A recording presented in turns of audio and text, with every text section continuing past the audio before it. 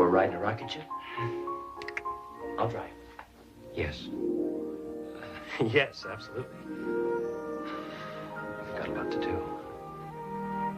Don't let anything happen to my babies. See to it personally. Look at you. The Fantastic Four.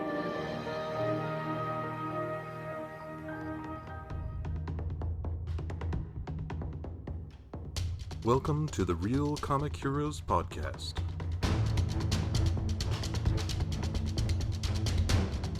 Your adventure into the world of comic book movies starts here.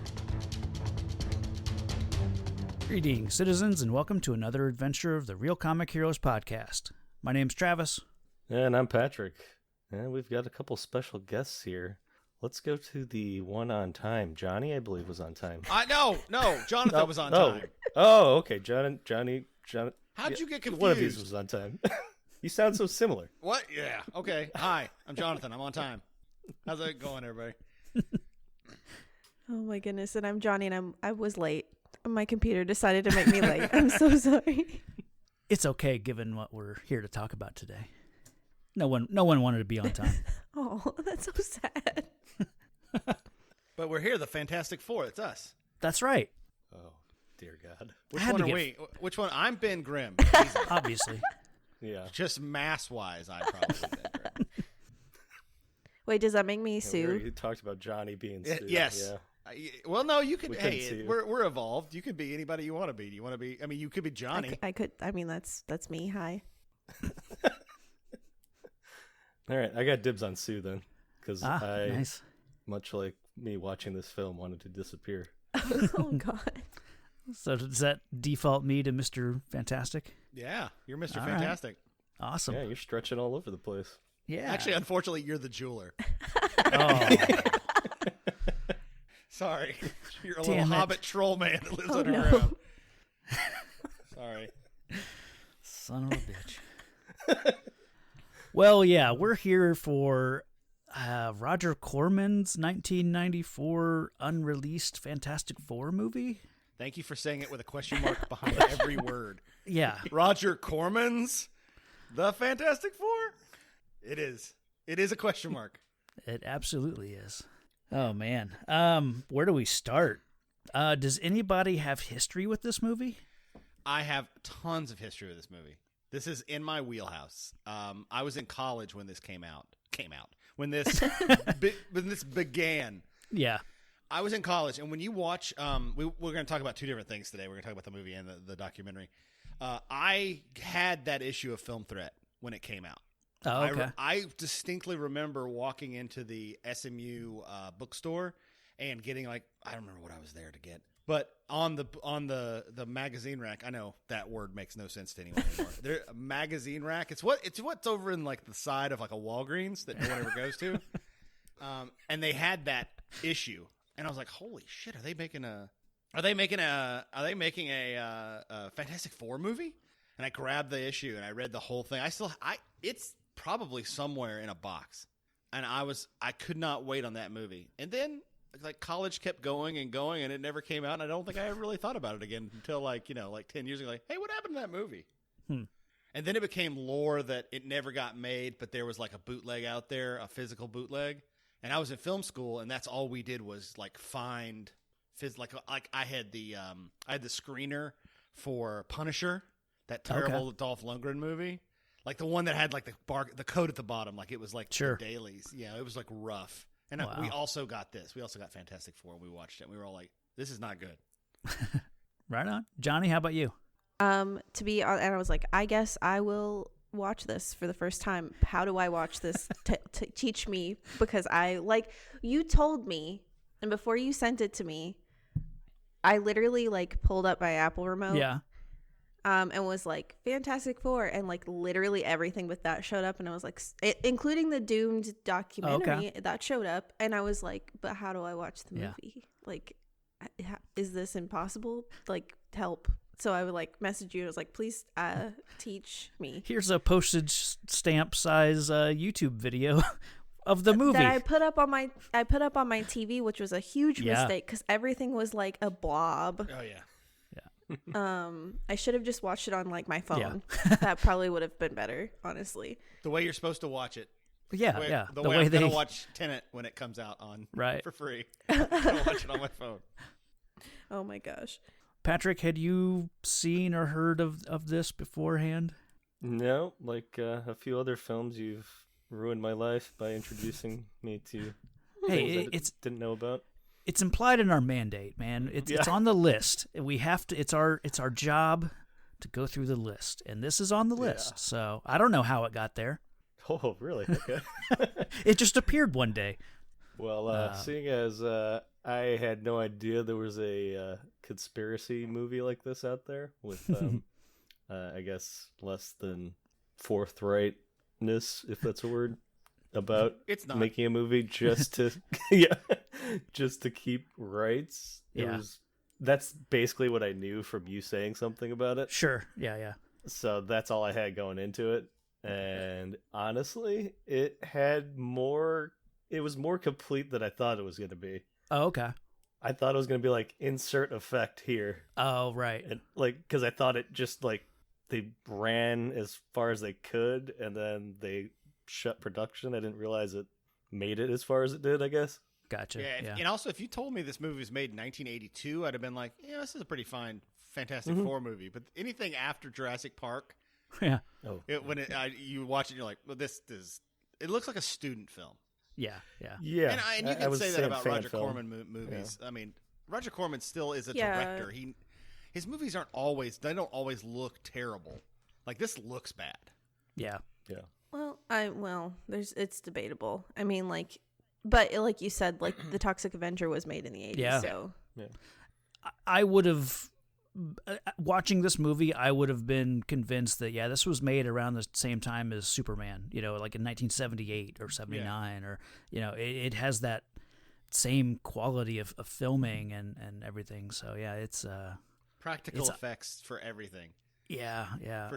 For stretching. Oh, man. I, like everyone here, well, like more like Patrick, I had heard of this movie, had never seen it, and I knew it more by reputation. I knew that there was a terrible Fantastic Four movie out there that didn't get released. Which one to choose from, though? You got confused. Yeah. Which terrible Fantastic Four movie are we listening to? Patrick, did you find any taglines? I did. And I saw it on the poster they kept showing in that Doomed documentary. Oh, God, yeah. This tagline is... Got part elastic, part invisible, part fire, part stone. So that's just basically telling you what their kind of powers are. Yeah. You got together, it's Clobberin Time. I can't believe they used his Ben Grimm's catchphrase as like the Fantastic Fours. That is weird. Yeah. All right, here we go. Part muscle, part elastic, part fire, part invisible. Together, it's Clobberin Time. They just put the two together. Oh, okay. So that's it. Yeah, wow. I don't know why they separated the one into two, but maybe they ran out of type. I don't know. Yeah.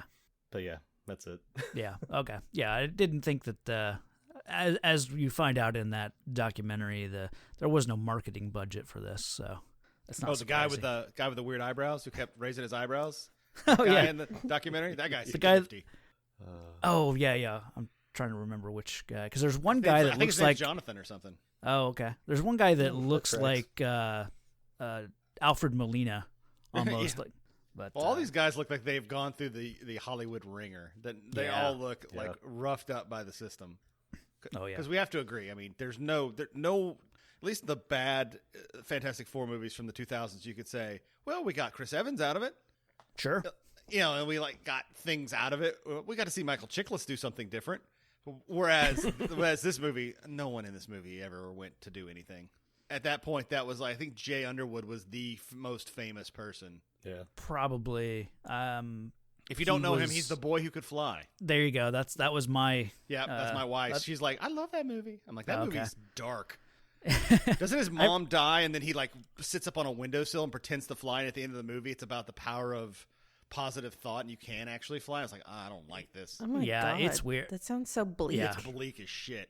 It's basically about a kid who's just like so sad that he just wants to fly away. Well, I looked into it because I was like, I vaguely Well, that's what remember depression feels that like. movie because my sister really liked it, and Why do girls like it? I don't know. yeah, I looked into the IMDb like about that movie, and apparently like he's an autistic kid who. Oh no. Yeah. I totally did not see that. Did not remember all that detail. Well, then if you think about that movie, like he never speaks, and he's always just very not awkward, but you can tell like that's I guess how they played it. So Hey, maybe he's just a podcaster that before they did podcasts. yeah, He's just an We can awkward weirdo. That, we you can know. all fly.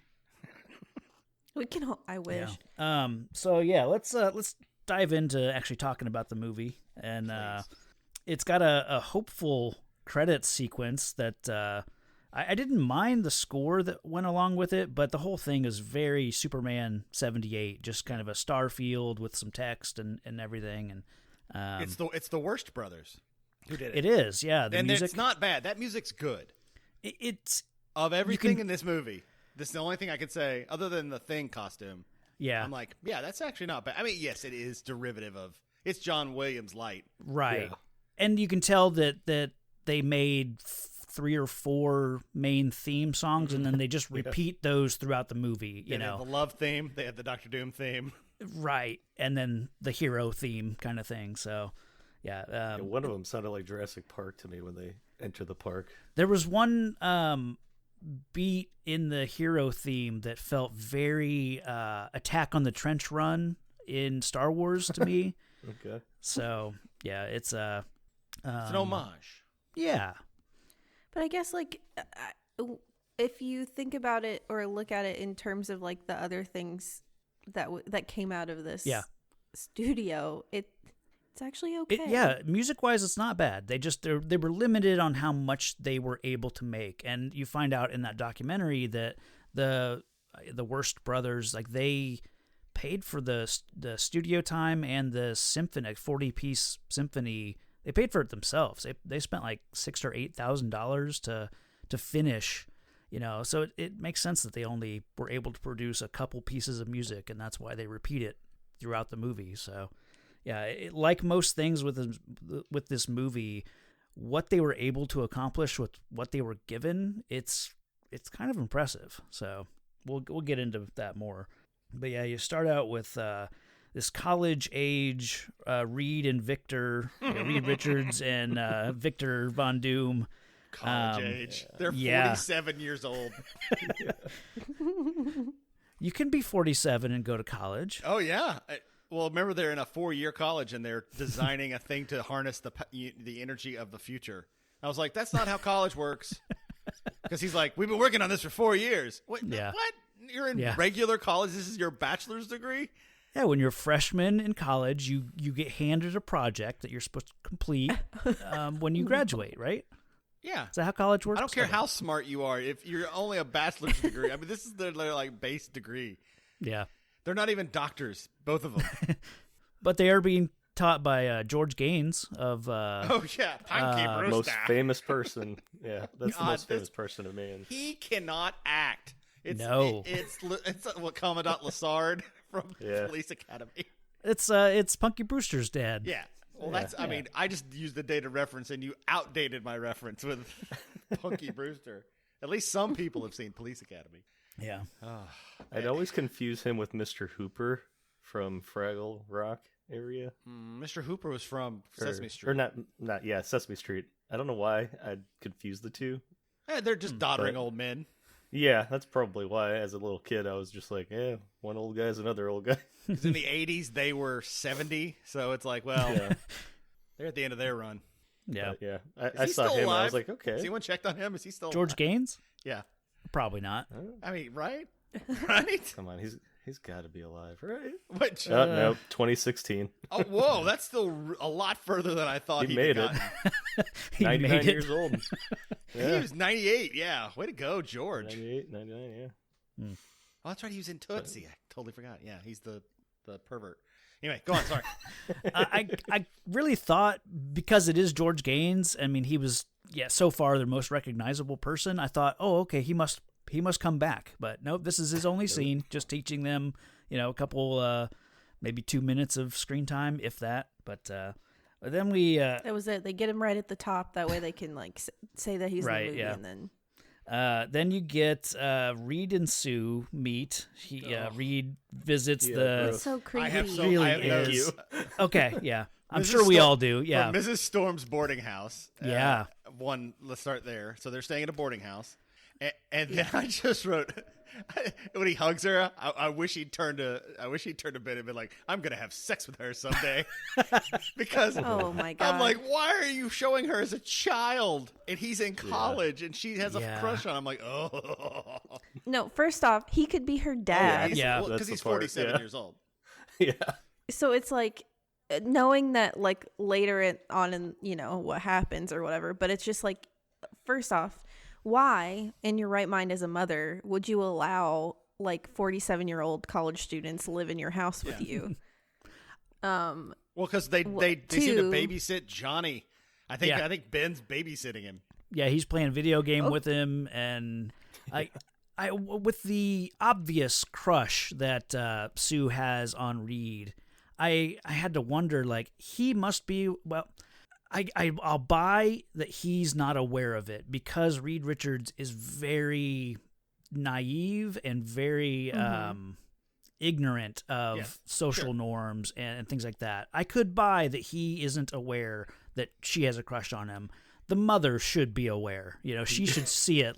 Oh, absolutely. Okay, Sue. Don't stop hugging the man, the 47-year-old student. Because later on when she shows up again and they do a va-va-va-voom kind of scene, you're like, no movie, no, that's not how this works. Yeah, it is creepy. And thinking about it though, I'm why like, couldn't she be older? Why couldn't she have been in college too? Right? Sure.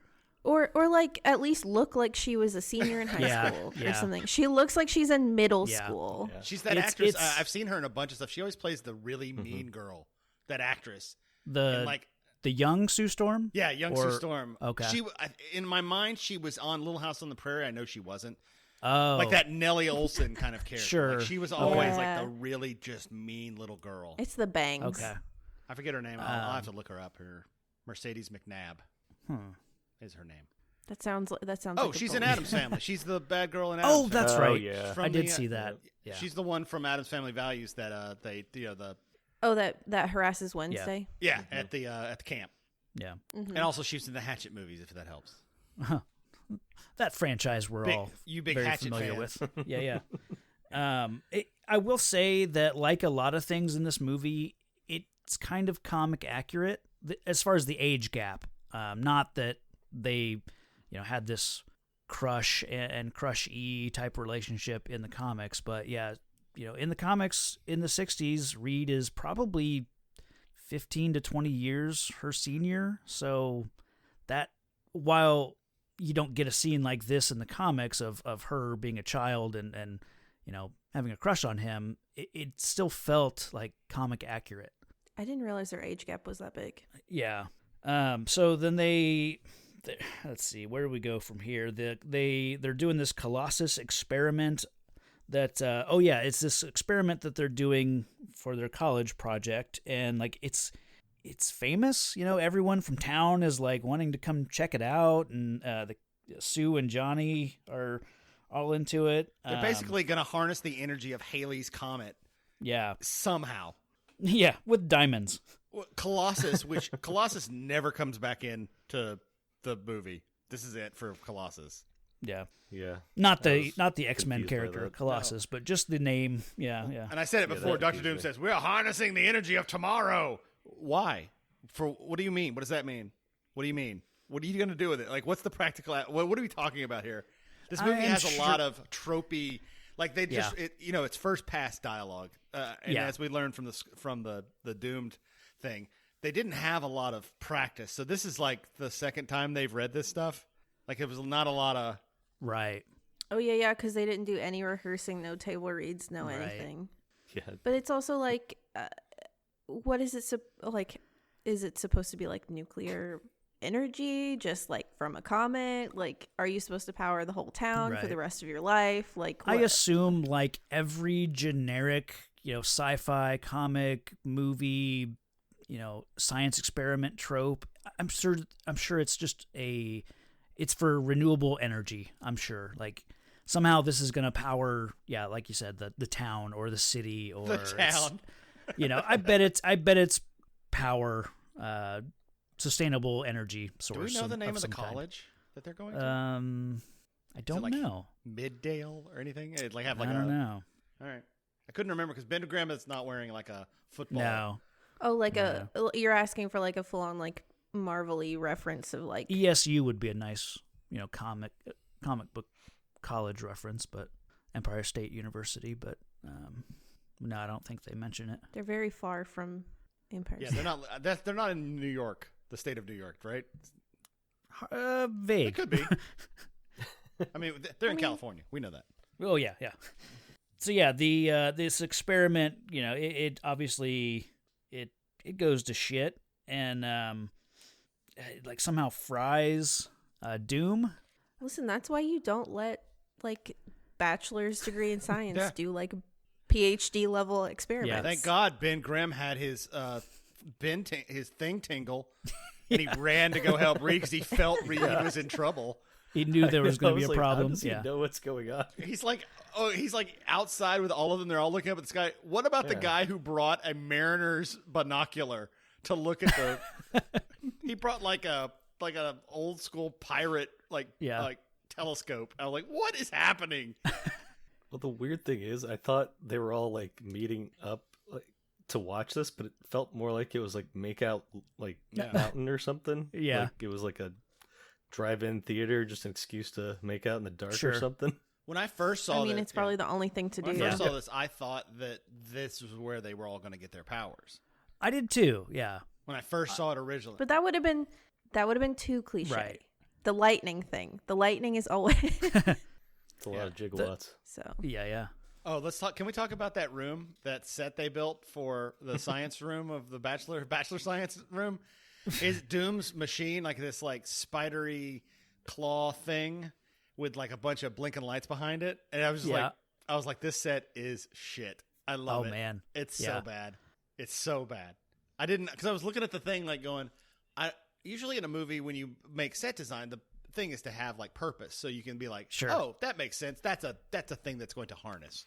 I was like, that's just a big thing with big. Like, is it going to go into something? Like, are they harnessing the energy into a cauldron? Like, what's going on? And then, of course, they. Into a cauldron. I don't know. Okay. Look, I don't have a bachelor's degree in science, so I can't explain what they're doing. Right. Just basic science. You don't need a bachelor's degree in like specific like astrophysics or anything. When he goes across the thing and gets his degree, it will be a bachelor's of science. It's not a bachelor's of astrophysics. That's not how bachelor's degrees work. And I'd like to bring up this point, since Dr. Doom gets fried, he's actually not a doctor. Does he go to school in the time in between? Do you think he goes to a Latvian college or like some sort of community college? Do we think he gets some sort of degree? Because I understand Reed How could he get his continues. doctorate so fast? I understand Reed continues on in his studies. Sure. Well, he's a dictator, so he just gave himself the title, probably. Right. His first name is Doctor. His last yeah. name is Doom. There That's we go. just it. Yeah. It's like Dr. Dre. Yeah, it's confusing. Yeah. The one thing I love in the post, accident scene in the hospital is the way that Ben comforts Reed. Reed's really tore up about what happened to Victor. They think he's dead. They, they're wheeling him, on the stretcher in the hospital past them, and I think someone says something about the amount of burns that Victor sustained all over his body, and they say he's dead. But yeah, just that moment that Ben actually hugs Reed, and you don't get that a lot in movies like this or anything from the time, and I thought it was really touching. I like oddly. It's a jarring scene after who I call Porn Doctor shows up. He comes he comes like out of left frame, out of nowhere. He's like, "Hey, by the way, Dr. Doom's dead." And you're like, "Go." My first thought was when they were all standing and like Ben's getting his like bandages put on. I wish one of the nurses had gone, "Oh my God, you guys have been aged 20 years by this accident. You don't look like college students anymore at all." No, but I do feel the thing because like that actor was good. Yeah, especially in like Michael Bailey Smith, I think is Michael Bailey Ben. Smith. I feel like it's especially in like 90s movies and even early 2000s movies, you don't get like dudes hugging for no reason. Yeah. Like even like slight emotion like that. No, you're right. Thor did not hug Captain America enough. No, he didn't, and they should have, and it would have been great. It would have been great. That's it. Calm down, Johnny. You want that for a different reason. Yeah. No, you want your Bucky Captain America. I do. Fiction. I want that hug. Yeah. Those hugs I like. At some point, we get these two guys who are. Yeah. You find out that they're Latvian, like, I don't know, Secret Service sort of characters that are following Dr. Doom around. At this point, he's just Doom. Okay. Yeah. But like, why? Right. You don't know what they're about. But is he on his walkabout? Is he on his like walkabout from Latveria? Like he's there. It's like as to date this podcast, we just saw the Shang-Chi trailer. Is this the 10 years that they gave Doom? They're like, go do whatever you want. Go have your Rumspringa. Figure out what your life's going to be. Oh my God. And they come back. Go see the rest of the world. And they come back to be Latveria. something like that. Yeah. Yeah. Like they do that with princes from Saudi Arabia. They will go and have American and or English educations. Yeah, that's true. And they come back and be better leaders in theory. What's the Julia Stiles princess movie where the prince from some country comes to America to study and he's got like a manservant that's like in the background following him? You could have said any prince coming to America to study, and I've got like 5 different movies, but I can't remember that one for some reason. Let me check all my Julia Stiles information that I have in my head. All the listeners, they're screaming the answer. They know. Just yell to Meredith if she's awake. Oh, yeah. She'll know. Meredith, Julia Stiles movie where a prince comes to America? The Prince and Me. Okay. I knew she would do it. She knew. I knew. Holy cow. You live with your own IMDb, so it's fine. Well, she's an IMDb for like girl movies. Wow. That was so much quicker than Alexa would be. Yeah. She's better than Alexa on many levels. Wow. Oh, God. And she didn't misunderstand you? Wow. No. Yeah. Nope. That was She didn't that say, was top notch. I don't know.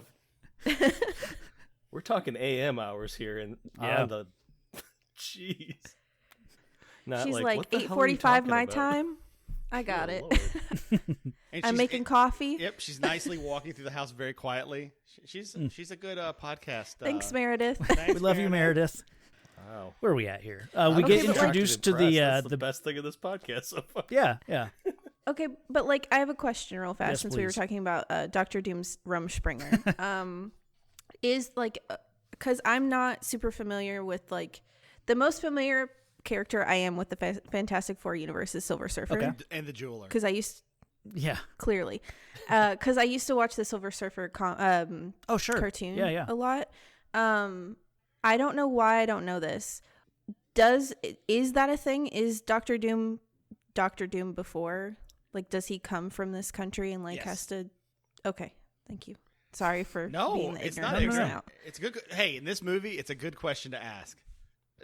Yeah, this is a horrible movie because it doesn't explain. Yeah. No offense. They did the best they could Yeah. with the time But they this had. is one of those I things get where it. I watched the documentary, I watched a bunch of other stuff on this, and I'm with Travis in saying this is probably the most accurate comic book style.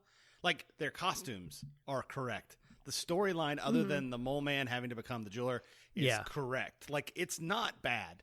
The lore of it. Yeah. The plot part wasn't fleshed out. Like, you didn't get a lot of the explanations of things that you should have. But it's like And- the comic book panel. If you went and read Right. the old Doctor Doom stuff, they don't explain why Victor Von Doom is with Reed Richards at school. They don't. No, but that is a completely comic book accurate, thing that they went to school together with Ben Grimm. Like he was there as well. And, they had this accident and Victor gets horribly scarred and goes off. I don't remember in the comic if they think he's dead and then he comes back years later. That might be pretty close to how it happened. But as far as the relationship goes, it's very comic accurate. So go ahead.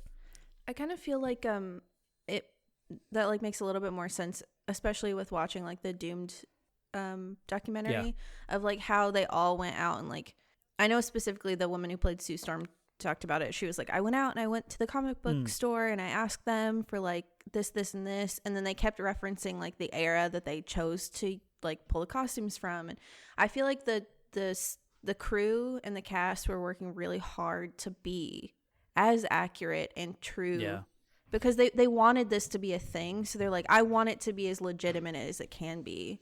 I think they managed to get very close to their original 60s vibe. I did too. And so, especially when you look at what was coming out at that time with the death of the Hulk and the trial of the Hulk, where they just shit on the Marvel stuff with like a terrible Daredevil and that horrible Thor. Right. And like they just made up stuff. They were just like, I don't care. Thor, this one's like a beach guy. He's like a beach bum, and he, just kind of walks around, and then he yells Odin, and he becomes Thor, and you're like, oh my God. So this at least was them going to the comic books and being like, well, don't let a bunch of like just Hollywood writers just rewrite and punch up comic book characters. These guys have been written for like 40 years already, so just use what you got. Mm-hmm. The problem is, you're right. There's no fleshed out characters. No. And it's unfortunate that we do meet this jeweler character. And, my first note is like, why is this not Mole Man? They clearly want this to be Mole Man, but then you find out in Doomed, that it's a rights thing. So, which is weird. It's like you own the Fantastic Four, but you don't, and you get Dr. Doom, but you don't get the Mole Man. Like, was that a big deal at that point? Yeah, they made it sound like a precedent. Like if they give him the Mole Man, then they'd get this person, then this person. So I think they just cracked down. It sounded like. Well, that was the years they were doing that too. Remember when you saw in Stan Lee talking about it? He said this is the last thing they're doing before it goes back into control of Marvel. Yeah. So Marvel in the early '90s was trying to assembled. Was trying to assemble all of the rights that they had sold off over the years. So it's like crazy to think that even back then they were literally laying dominoes for the MCU. Yeah, there's no way they knew they were going to have it that much, but they definitely knew we need to get our rights back. Because they sold off everything in the 80s just to stay afloat. Was this prior to the animated X-Men? I can't remember. That was like 92. Was it around the same time? I think it was 92. I watched that too. That's I couldn't remember how it timed with this movie or not. I thought it was the late 80s though. I thought it was like 89, but I could be wrong. No, I thought it was 90s for sure. I'm pretty sure. It seemed 90s, at least in my head right now. Yeah, I'm pretty sure it's 92. Okay. So they have, Marvel has some success at this point. It's not like they're banking off the Captain America movie they had. No. God, I love that movie. Okay. With that thing is like stellar compared. With large McBig huge, or do you mean with large McBig huge? That one, you mean slab beef chest? Yeah. That's I mean chunk mad cheese. Yeah. We're talking about, they're referencing an 80s. There was a terrible made-for-TV movie, Captain America. Yeah. You guys did you guys do that one? We did the 1990 one. Oh, the one with with J.D. Salinger's kid. Yes. Okay, yes. yeah, I know what you're talking about. Yeah. Yeah. God, speaking of guys that looked like the old man from Up in the costume, that costume makes everybody look like the old man from Up. If you have a big nose, if you have a bigger nose, you cannot wear the Captain America costume. It's the chin strap. I think that's really what sells the old man. Makes you look like the old Milwaukee's Best, old man with the bitter beer face. Bitter beer face guy. The guy has no chin. Yeah. Yeah. Wow. Yeah. I have not thought about that guy in forever. That's what this podcast is all about, Patrick, is taking you deep cuts. Taking you through, your childhood memories. And Julia Stiles movies. Things. That's right. Yeah. There's a moment where it's Ben and Reed, and they're in the Baxter building. Well, that makes me happy. Okay, hold on. You can't go past the fact that it's 10 years later and Reed has white hair on the sides of his head. Okay, because after college, After college, you definitely age. Wait. He's been through some You shit. can get. Well, first off, yes. Second, you can get gray hair at any time. You can, but you don't. Third, When you're 21 years old in college, and then 10 years later, you're 31 at best. Literally had a friend in college that went from having like a rogue-esque skunk stripe silver part in the front, and now he's completely gray. Sure. And he's just now 30. Okay. So you can, but also it's just sexy. I don't know why. It's just, I'm in the Sue camp. Yeah. It's the gray. Well, The problem- he'd be into you because you were 2 at the time when the movie came out. Right.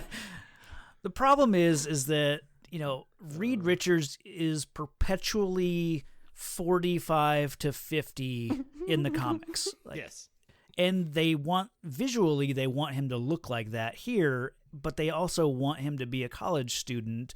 They should have either just aged everybody up, make everyone, the Jonnie and Sue in their 20s and Reed in his late 30s, early 40s, and Ben somewhere maybe older, somewhere in the middle.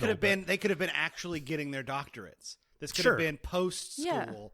Yeah. Like when they're like 25 to almost 30, and Ben is one of his friends from college. He knew him from earlier. The only way they have to, basically the storyline, and in the comic book did this way. They're like, how do we put this dumb Yancey Street idiot with Reed Richards? It's like college is the only place you can do that because you could have him be the football star and Reed Richards be the nerd. Yeah. And it kind of works. Aw. Well, and it works. Poor It Ben. works that Ben is the pilot. He is. Yes. He became a test pilot, and so he can fly anything. And he needs Reed needs Ben to fly this spacecraft that he's invented, and that's where the experiment takes shape in the comics. And then, just like the comics, Jonnie and Sue have no reason to be there. Nope. They have no qualifications. They have no science background. They're just. Well, he there. says, he goes, what do they know about astrophysics? And I raised my hand. I'm like, what do normal astronauts know about astrophysicists? Not all of them are like astrophysicists. Right. That's No. not what they're all different. They're all different kinds. Some aren't scientists at all. Some are more pilots. Some are. Yeah, it's like a specialty in an RPG. Yeah. Like You're a healer. You need more than one type. Yeah. Yeah, what do you? Imagine having a ship of 4 astrophysicists. Great. What do you get? We're screwed. It's not good. Yeah, Johnny's ability to be the spunky sidekick, I guess. God. Okay, let's talk about Jay Underwood's Quips. through line in this movie. What is he going for in this movie? I don't know. He's in a different movie. yeah. Angsty, I guess. Because Reed is the guy who plays Reed, Alex Hyde-White, is so stoic this entire movie. Yeah. And I understand they're trying to have Jonnie be the comic relief, but he is so full of energy. It's amazing. It's amazing. And when they go over to Sue's boarding house to, oh my God, she's hot now. Yeah. Okay, so does that mean Ben's kept up with him? Why would he? Sure. So Ben's kept up with him because he and Jonnie are best friends. He and his 15 years junior are best friends. Reed has not seen Sue in this many years. Yeah. But he still looks at her like a fucking robot. Yeah. Like even though it's the Va Voom reveal, and she's beautiful. It's the movie He's revealing just like, her that way. Not it's not I him know. leering at her. And again, I that's know. very Reed. He would see someone beautiful and be like, "Look at that clock on the wall," He would look past her and just be, Do you know astrophysics? right. Oh my God. And then my favorite. Oh, I love a good call out of the. We got a title call out. When they're all walking to the door, she goes, "Look at you guys! Ugh. You're the Fantastic Four." And I'm like, they haven't even. First off, What? Mom, all of us are a different age here. Like, I don't understand what's happening. And I love Ben Grimm. I love this actor. He is I do super too. charming. He's like, gee, can Jonnie go to the space with us or whatever he says? Yeah. He is himbo energy. Oh yeah, it is himbo. He is a super himbo. charming. Yeah, although there is a weird moment, I think just before this, when Ben and Reed are at the Baxter building, they'd just taken possession of this diamond, Sure. And what I thought was just going to be an Easter egg, wink and a nod. You have a blind woman walking past with her cane, and I'm like screaming to myself, like, "Oh my God, it's Alicia Masters!" And then Ben bumps into her and knocks down whatever she was carrying, and then Ben picks her up, picks up a blind woman, and like holds her in the air for a second, like to show, I've got you, it's okay. It's like big himbo energy. Don't do that. Don't grab a blind person and lift them up and hold them in the air. No, Ben. That's literally the worst thing you can do with a blind person. Yeah. Is take them away from the tactile thing that the only thing they know is like touch the ground. And feel. Yeah. I'm gonna hold you up in the air like a bird. Didn't he say like watch where you're going or something? I think so initially, yeah, and then he was like, "Oh, you're a beautiful woman. Let me help you up." I was like, "This is the worst meet cute ever." Also, like, I feel that he crosses the line by picking her up, but she also crosses the line by grabbing his face. Oh yeah. Don't true, grab my yeah. face, blind person that I just knocked down. I really would appreciate that. And the thing is, like, Reed knows what it is to actually interact with a flippin' woman because he watches his best friend do it constantly. Yet he has no ability to pick it up on himself because you can see him like grinning the whole time. He knows what's going on, but he just can't do it himself. It's so wild. Yeah, because he has a little playful banter with Ben as they walk up the steps.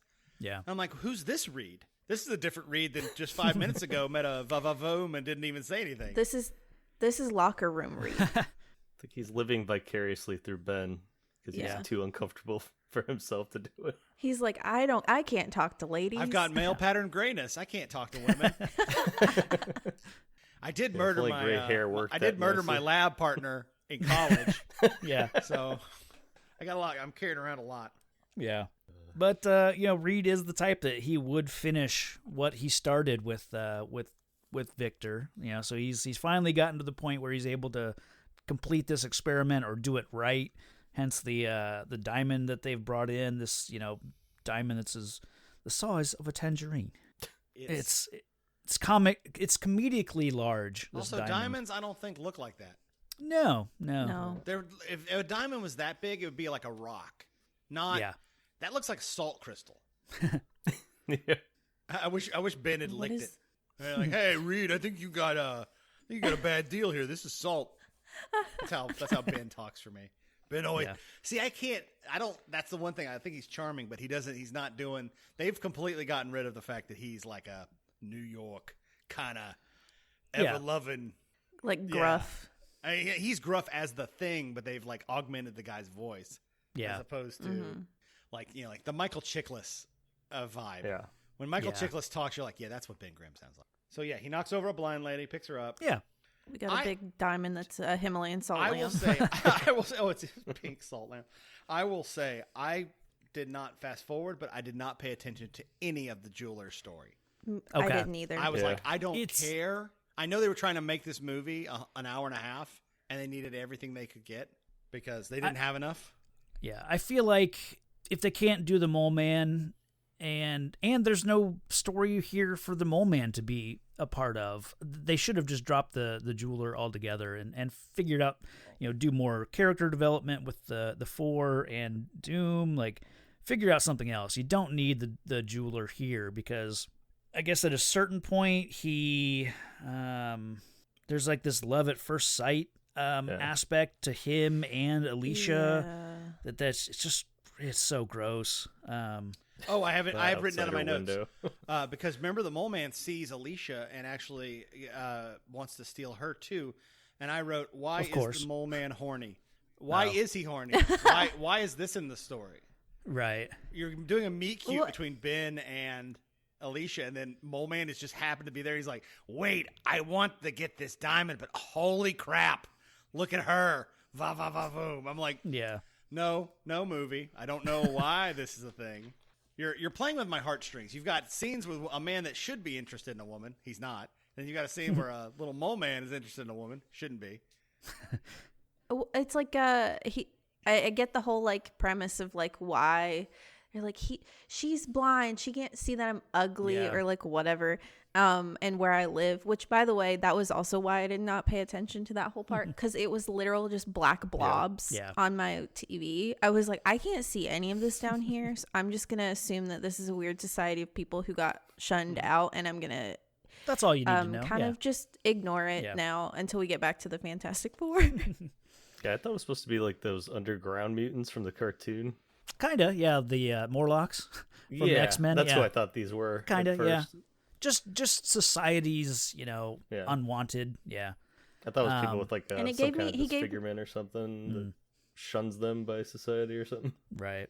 He also gave me weird penguin vibes. Oh, yeah. And I just like didn't... Oh, yeah. He's got a Danny DeVito energy. That is. I'm trash. Yeah, I'm the trash man. Yeah, he's Frank from Always Sunny. Oh, yeah. Yeah.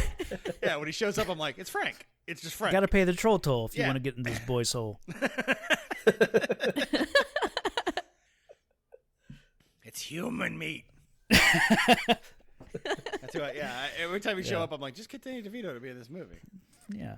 So then we get to their space mission experiment situation. God, I'm glad it's so badly done. You can't even tell they're. Yeah. I mean, it's the scope. The scope of the movie. You never see really the outside of the ship except once. Right. And then they're in the ship, and then the ship is just this bad set. Yeah. They try to. I don't know if they were trying to go for like 2001 Space Odyssey type vibes with this. I feel like there's some flashes and other transitions, and their space suits are top notch. Yeah. Oof. I'm glad it's a space mission because that is a little bit more comic accurate. Whereas I think, I guess 2005 Fantastic Four is a space mission as well. But I know the 2014 or 15 one, it's like alternate dimension type experiment. So yeah, I'm they glad went this more one with the though. Ultimates. They went more with the Ultimates thing, and then they did in the original. Yeah, I'm glad this one goes to space, but they don't have the effects for it. So I can't believe of all the effects, they only have to do one effect, and we all know it. The Zeta rays or whatever those stupid rays that hit them, they all look like pills. They're all these green rounded pills, and they kind of go through everybody. That's all I want to see. Yeah, that's all you have to do. That's what the comic book looked like. Like, it looks like you're being attacked by Tylenol gel caps. Yeah. But they're green. Bombard them with cosmic rays. That's all I want is cosmic rays. Yeah. That's all I want. Yep. And they never show it. Instead, we got an explosion. It's an explosion. Yeah. They're like, well, we have explosions. And then just, like, cut to the countryside, some green hill where they put a couple flames, in a little bit of wreckage.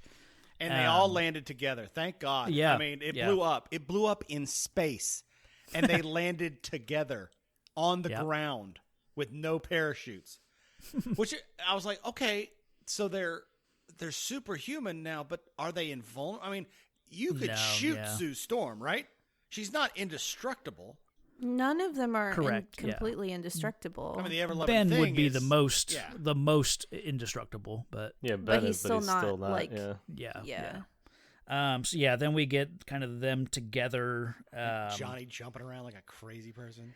Yeah, and he keeps saying like it's unbelievable. Can you believe it? It's unbelievable. He says believe 3 times. Because but you took like an 18-year-old to space. Like what do you expect? Also, they don't notice that Sue's not there for like a good 2 minutes. They're like, we did it, we made it. Yeah, that was my note. Like he's jumping around like an idiot, so excited. I'm like, "Where's your sister, dude?" She's been there the whole time. Yeah. You just can't. Yeah. What a testament to comic book writing by men in the 60s. Like, let's make the woman invisible. Yeah. It's like, now you do kind of the collar pull. You're like, this power is not. That's how she feels every day. Yeah. We're all Sue Storm. But okay, so that I don't want to like give it away until that part, but it's literally it makes sense when they start describing why they got their powers. Yeah, that whole part. If you've ever read, if you ever want to read, if you ever read that What If, It's a 5-part what if they had different powers, and it goes through a litany of powers. It starts, what if they all got the same 4 powers, but in different ways? Like each of them got the different, like Sue got the thing powers, and yeah, it's crazy. And then one of them is, what if they all got Mr. Fantastic's powers? One of them is, what if they all got invisible powers? Right. The most depressing one is, what if they all got the Thing powers? Like one of them looks like Man Thing, one of them looks like the Thing. They're all like these horrible monsters, and they just go to Mole Man's island, that monster island, and it's like, oh my god, this is the darkest comic book I've ever read. It's a pretty interesting one. Like the one where they get different powers. One was they get different powers, and like Reed Richards is a giant brain, and Ben Grimm has wings, and it's weird as shit. But it's good. It's good. It's a good what if. I'm hoping someday they'll make that into now that what if is an actual show. On the animated thing. It'd be fun. Yeah. I'm sure they won't. They won't put anything in there that hasn't been on the movies yet. I don't think. Right. Because then they'd be like, well, we made this canon. Now we have to. Well, it's not canon because it's what if, but still. They're not going to introduce the Fantastic Four in a what if animated. Yeah. The brain version, I'm thinking of that Ninja Turtles villain. Craig. Whatever his name is. Craig. And then I just said Brainiac. Craig. Craig. Okay. Craig, Johnny's literal like face when Reed found out what his powers were was my face. And I'm like, why did I never make that face in relation to Reed? Because like there's so many iterations of like stretchy people throughout comics, and I don't know why until right then I was like, yeah, that's pretty cool, and then I went, nope, that's gross.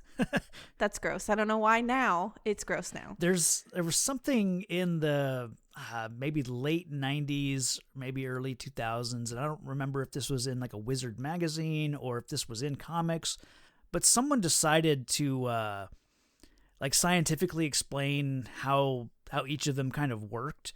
And basically Reed Richards is a bag of excuse me? Like excuse me? Well, like he has no bones. He has no bones. He has no other organs. He has like a stomach. Basically he has a stomach with like stomach acid, but he's basically a bag inside of his form. And that's why he's so elastic and everything. And so they went with the Doom Patrol explanation. Might be, yeah. Not that he has just very elastic innards. Like he has the same innards we all have. They just went with he's gum. He's made of gum. Yeah. Which is how she is. How Rita Farr is. Yeah. She's like a blob of a person that has to like be in complete control to keep her people form. Yeah. So I guess are we just going to use that as a blanket explanation for everybody like that? So like Plastic Man is going to be the same way? Plastic Man is definitely that way. Because they've never done it where Reed Richards was chopped into little bits, put on the bottom of the ocean for 1,000,000 years. Whereas Plastic Man had that happen to him and he went sane because of it. Because he's just like, I literally was in small pieces all over the bottom of the ocean. Which means that seems like something that would keep you sane. Absolutely not. Yeah. He's a nightmare. Yeah, see, all stretchy people, nightmares. Yeah. Not all stretchy people, okay? Okay. Sorry, contortionist. Yeah. I mean, like Fantastic Four / right, just comic book stretchy people, like Ms. Marvel. She's also stretchy. Yeah, that's true. She is. Let's see. How does it? So they all get their little powers, and then Ben, I think, is kind of left out, and then you wake up, and he's now the Thing. It takes a day. Yeah. That would be terrifying. It would be. Also, could we talk about, before we move on, can we talk about the sound that emanates from Reed when he stretches? Because it is the most off-putting, horrible noise. They were like, well, we got to make a stretching noise. They put in a noise that sounds like rubber. Like you take your thumb and like push rubber. And it makes that horrible like, and it's awful. Yeah. Every time he stretches, I'm like, oh God, is that his body making that noise? Oh. But that's the thing is like cartoons can do it. And you're like, oh, that makes sense. And you're like, here's a real human being. And you're like, that's fucking disgusting. Because that's literally why I made Johnny's face in real life. I was like, what am I watching? And why is this currently happening in front of me? Also, that shot of him catching Sue with his long arm. Oh, Yeah. As she's about to like fall back on a spike through her head. Yeah, that's say what you will about the Josh Trank Fantastic Four Fanforstic. The thing transformation in that is the best because it's like a body horror nightmare kind of thing. Like he thinks that he's buried under rock. He doesn't realize that he has turned into rock. Ugh. So it's really well done. But that's the only thing nice we're gonna say about Josh Trank's Fantastic Four stick. Yeah. Let's see. Then we finally get some Doomin'. We get some Dr. Doom and I don't love this Dr. Doom. Tell us why, Travis. He's not a doctor. He did not finish school. That's it. Yeah. That's the reason. The gall to run around calling yourself a doctor, sir. The reason isn't that you plucked a Shakespearean actor from a theater spot to put him in a movie with mechanical fingers. That's he doesn't have mechanical fingers. They're okay. He's not a robot. He's more like no. Oh, okay, but like the way he. A lot of hand acting. You guys know it's a lot of the. When you watch he's got jazz fingers. When we watched the thing, they're like, I was told by Roger Corman to do Mussolini. You're like, well, you're doing it. Yeah. You're doing it, and you turned it up to a 12.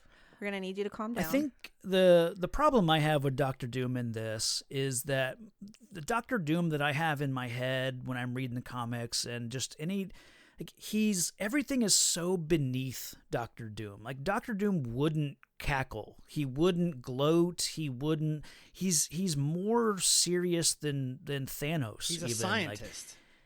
But he's just everything is so beneath him. He wouldn't deign to, instead of he's godlike instead of being like a Bond villain. Yeah. And in here, he's a Bond villain. Yeah, I almost want him to be just almost silent, just always, just looking angry. I don't know.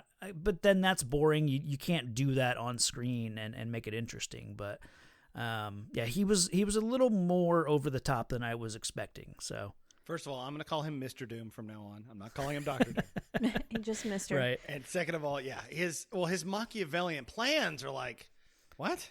Like when he does that little joke about Latveria, come bring your family. I'm like, no. Mr. Doom doesn't quip. Mr. Doom does not quip, and also Mr. Doom is audible. And I know they did not loop his voice. We'll talk about that. They didn't get the loop, so everything is just read. And you're like, okay, well, I guess he said something to read. Yeah, it's unfortunate. Put down, he sounds like Bane. He does sound like Bane.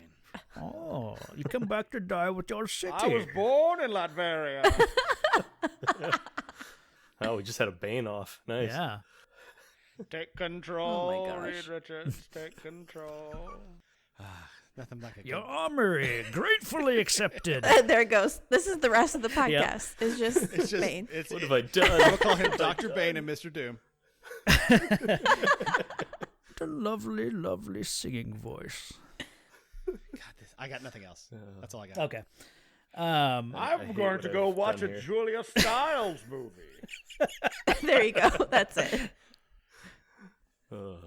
So there's a lot of dark scenes. I'm sure Johnny's like, there's more dark scenes in Latveria. Yeah. I just all I saw, because right now I have it pulled up in the tiniest screen on YouTube. And I'm like, wow, I can actually see stuff now. Because on the TV, I was like, I see his green cape. Awesome. Yeah. So, and the rest of the movie is basically this set, some Mole Man stuff, and then back to this set. Yeah. Obviously, they spent the most on this set. I'm sorry. It's literally playing out.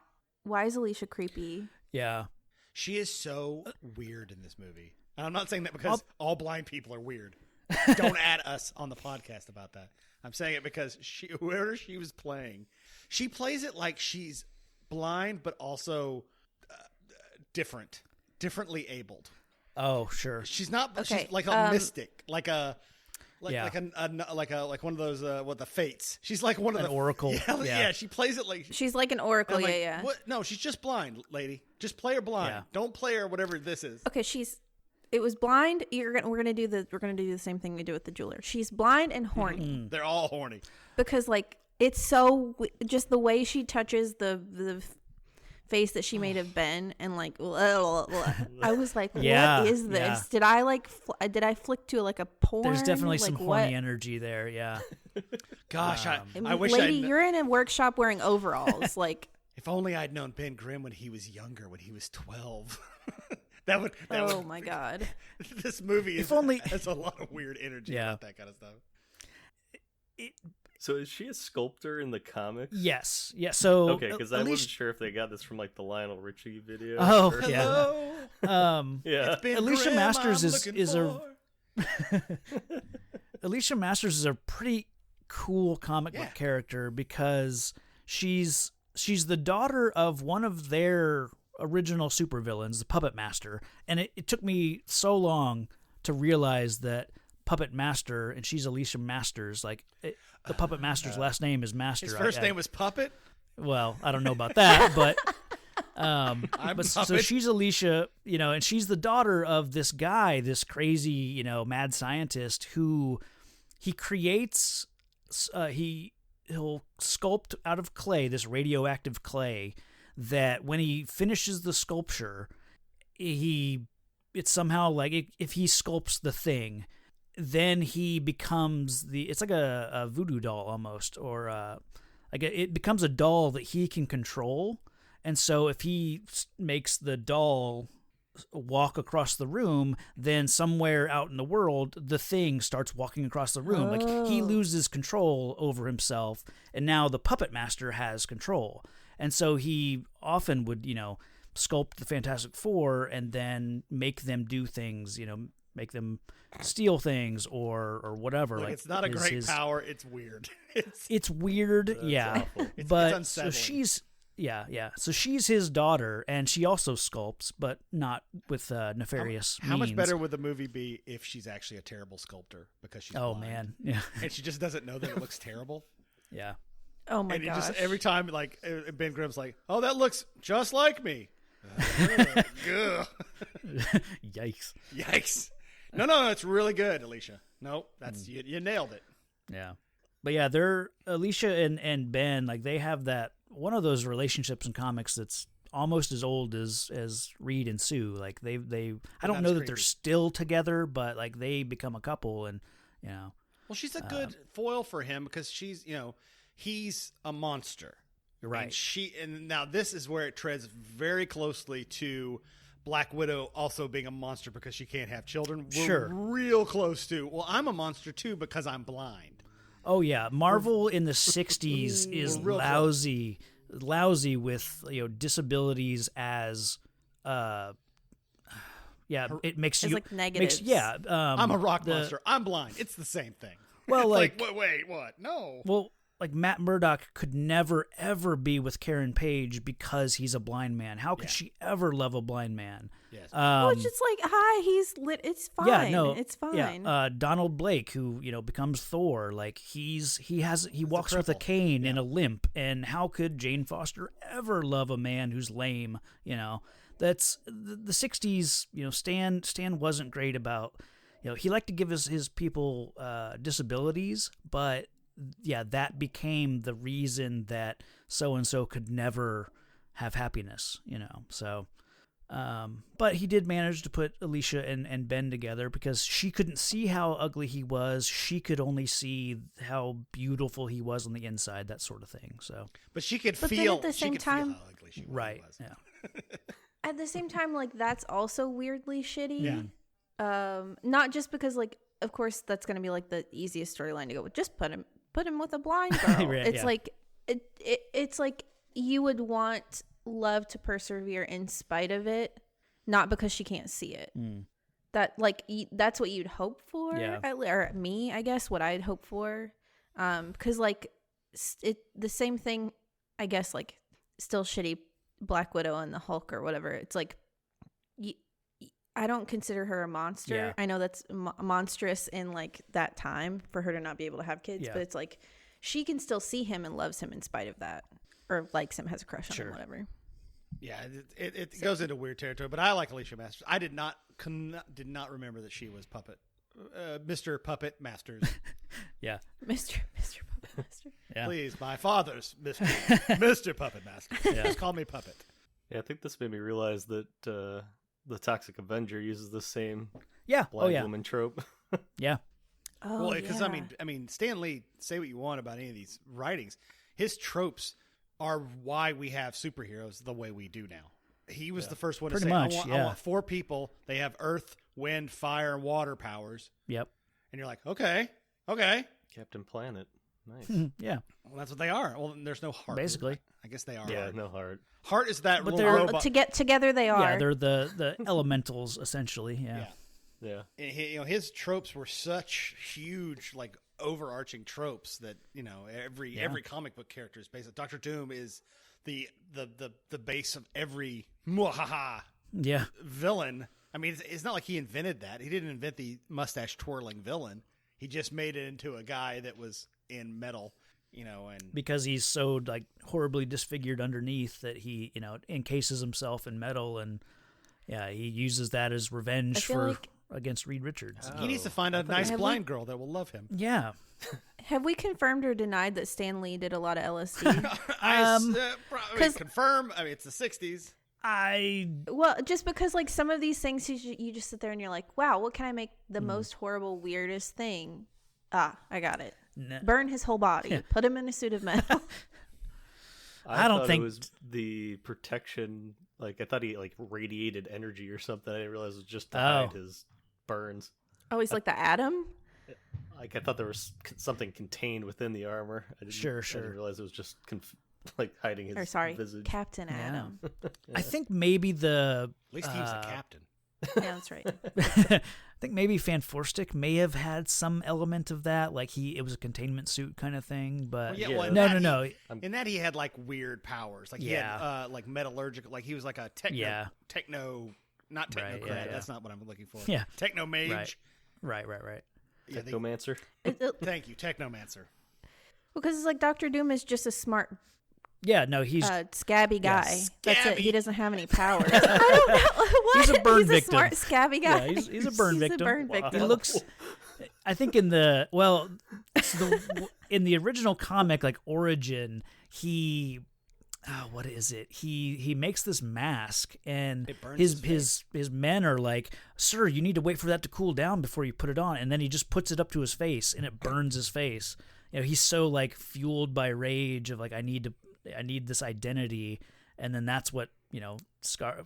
It's weird. Mr. Doom, Mr. Doom, we need to talk therapy. Therapy's good. Mr. Doom, can you self-harm bad? Therapy can good. You just blow on that mask before you put it on, please? Yeah. So that Colossus lightning didn't give him any power? No, he has no power. No. Oh. Okay. Not in this. The Josh Trank one he did. They all got their powers in the Trank one. They all get their powers from the same multi-dimensional bullshit. Maybe that's my problem. I'm getting different in the versions comics. Dr. Doom is like he's kind of like Tony Stark. I was about to say the same thing. Yeah, he has unlimited money, but he's a genius. Yeah, but then he also he is a sorcerer. Like so he does have those powers eventually in the comics. They throw in kind of that gypsy thing. They're like it's like a little flare of because isn't his people like they don't call them gypsies, they call them something else, but there's like his people were a spiritual like there's a whole series of him being this was in the 90s. That's so random. In the 90s he actually had a suit made of flesh of the first woman he loved. That's creepy. His Doom armor was made of the first woman he loved. It was dark.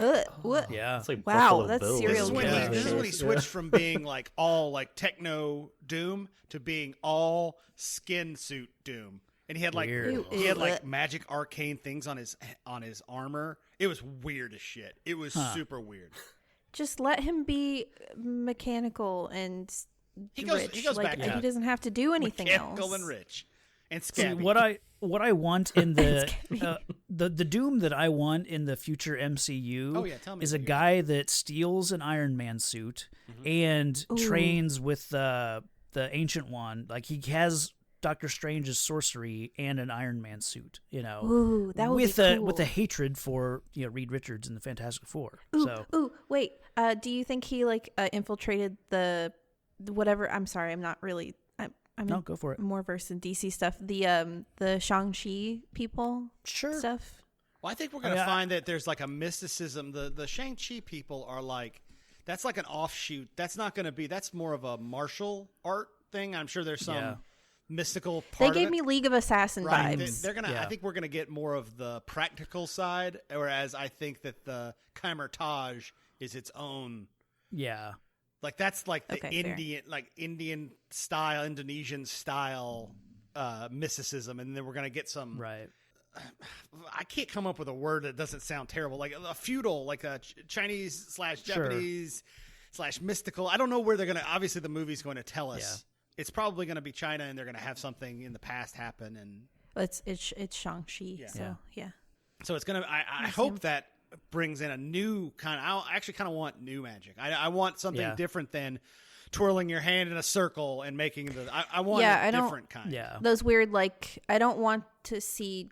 I know we're getting really off topic here, but I don't want to see like the circles because like in every other like I love Justice League Dark. Mm-hmm. There's so many ways that you can go with mysticism and like actual like magic and sorcery that like it just seems very pigeonholy and cookie cutter to make everybody like Doctor Strange. Yeah, no, Doctor Doom like his sorcery needs to be like dark magic, you know. He's the guy that he goes to hell and faces Mephisto because he finds out his mother's soul is in hell. So he goes to hell to fight Mephisto. Sorry. He goes to hell to fight the devil, you know, to save his mother's soul. Like that takes some dark energy, you know. Mm-hmm. So that's what I want for. I don't think it's off topic to talk about this stuff because I mean this is a real comics podcast. It's still in the same universe, but. You know, they've never been able to get this Fantastic Four right yet, and I think that the part of it is we've not done anything with. Have you noticed we've seen 0 accidents in any of these Marvel movies? We didn't get to see. We never got the Hulk becoming the Hulk. I mean, we did, but it was different. Yeah, we never. They've started with everyone. It never got looped in. Everyone has the powers already, so I'm wondering if they're going to do that with Fantastic Four, which would be good. But also bad because there are a lot of people that have no idea who the Fantastic Four are. Yeah. Okay, so like I guess here's my thing, and I think that the reason why maybe this is just like my own fan theory or whatever. With this Disney MCU, they don't. That's part of the Disney model. You're not going to get any sort of disaster to start your powers. To be a superhero is like. Great and triumphant and like we're gonna do all the things and we're gonna save all the people and there's gonna be tragic stuff along the way, but my beginning is not tragic, and that's why like Incredible Hulk is technically not looped in to the timeline, and also the old Spider-Man movies, Phil Spider-Man because movies, they're very dark and tragic. Yeah. Right, so that's not the optics that Disney wants to move forward with. So that's the fear here: is if Fantastic Four gets looped into the MCU somehow, are they going to dissolve that? Is it going to become something else? And then, like, is it going to be yet another shitty Fantastic Four movie? I hope not. I think the tragedy or in the accident needs to be part of their origin.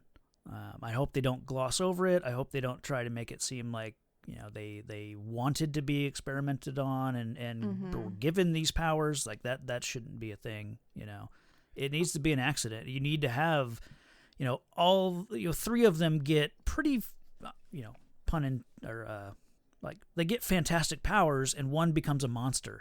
And you need that wedge between Ben and Reed, you know, promises like I won't sleep until I find a cure for you, Ben. And there needs to be that like animosity there, you know. I guess like the thing that scares me is that they softened.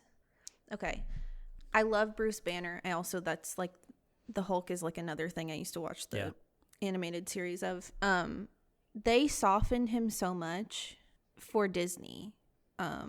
I know he's like Hulk smashing and shit, and to me that's like the blockbuster aspect of it. That's the only reason they kept him being like that. I don't know, because demolishing. There's some darkness there, you know, when especially like obviously with Mark Ruffalo when he's talking about like, it got dark there for a while. I put a gun in my mouth and the other guy spit out the bullet. I don't think that they're too scared to show these people like that the powers are a curse. With some of them. So I'm just wondering how they'll bring That's in fair. Doctor Doom, because we're talking about, this is a bad version of him. There's no good Doctor Doom, even in the newer movies. All the Doctor Dooms are like, Mwahaha! Yeah, And that's they're what I'm all- saying. Like they're all he terrible. needs to have Stark level tech and Who would an you- Iron Man suit. Who would you cast? Um, Dreamcast. Who would you dreamcast off the cuff for Doctor my Doom? Doctor Doom would be Adam Driver. Ooh, oh, you got Johnny's attention. Thick, swole Doctor Doom. No, that's not Gotta what I'm need thinking. some- I'm thinking about how like dark and brooding he is as Kylo. Unfortunately, And- that's kind of you'd be typecasting him, another man in a mask, So I don't know. Yeah, but to be fair, he's not really typecasted in the rest of his Sure, stuff. yeah. So, But that would be It my wouldn't be Doctor so Doom, bad. is someone That that, would can be just good. He's act the the right hell age. out of. Yeah, Because he's not like super old, but he's also not super young. Yeah. So he's like, he would be. I don't good. want teenagers, for my. no. And you don't want 65-year-old Reed No. Richards. 65-year-olds just out of college. He has a doctorate, so he probably has more than one doctorate. So he's just out of college at this point. 10 years later. This movie. Yeah.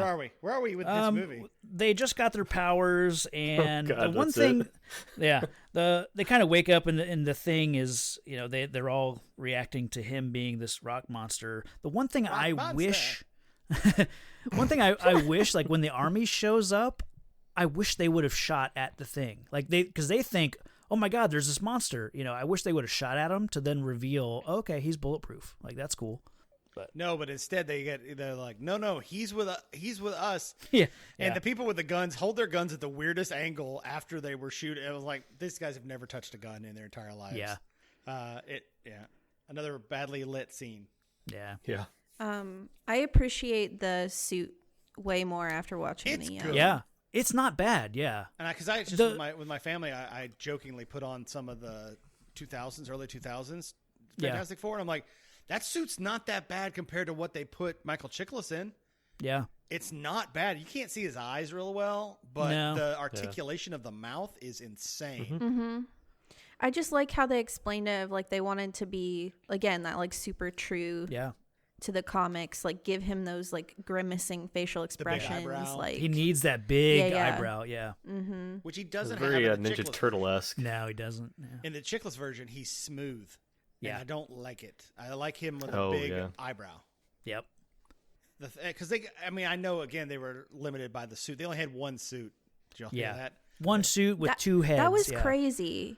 One suit, and like I agreed with what they said in the documentary that they should have fit it to not the stuntman Yeah. and fit it to because it would have looked so much better. Yeah, that took me by surprise when you see the thing next to everybody. It's like the thing is now smaller than some of these other people. It's like, why do you get a big guy like Michael Bailey Smith, and then I'm assuming his stunt You make guy him is small.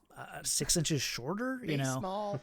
It's Yeah. He's it's small. probably He's a small it's thing. probably because, well, I mean, they say why. Because the suit, if they'd made it for Michael Bailey Smith, Right.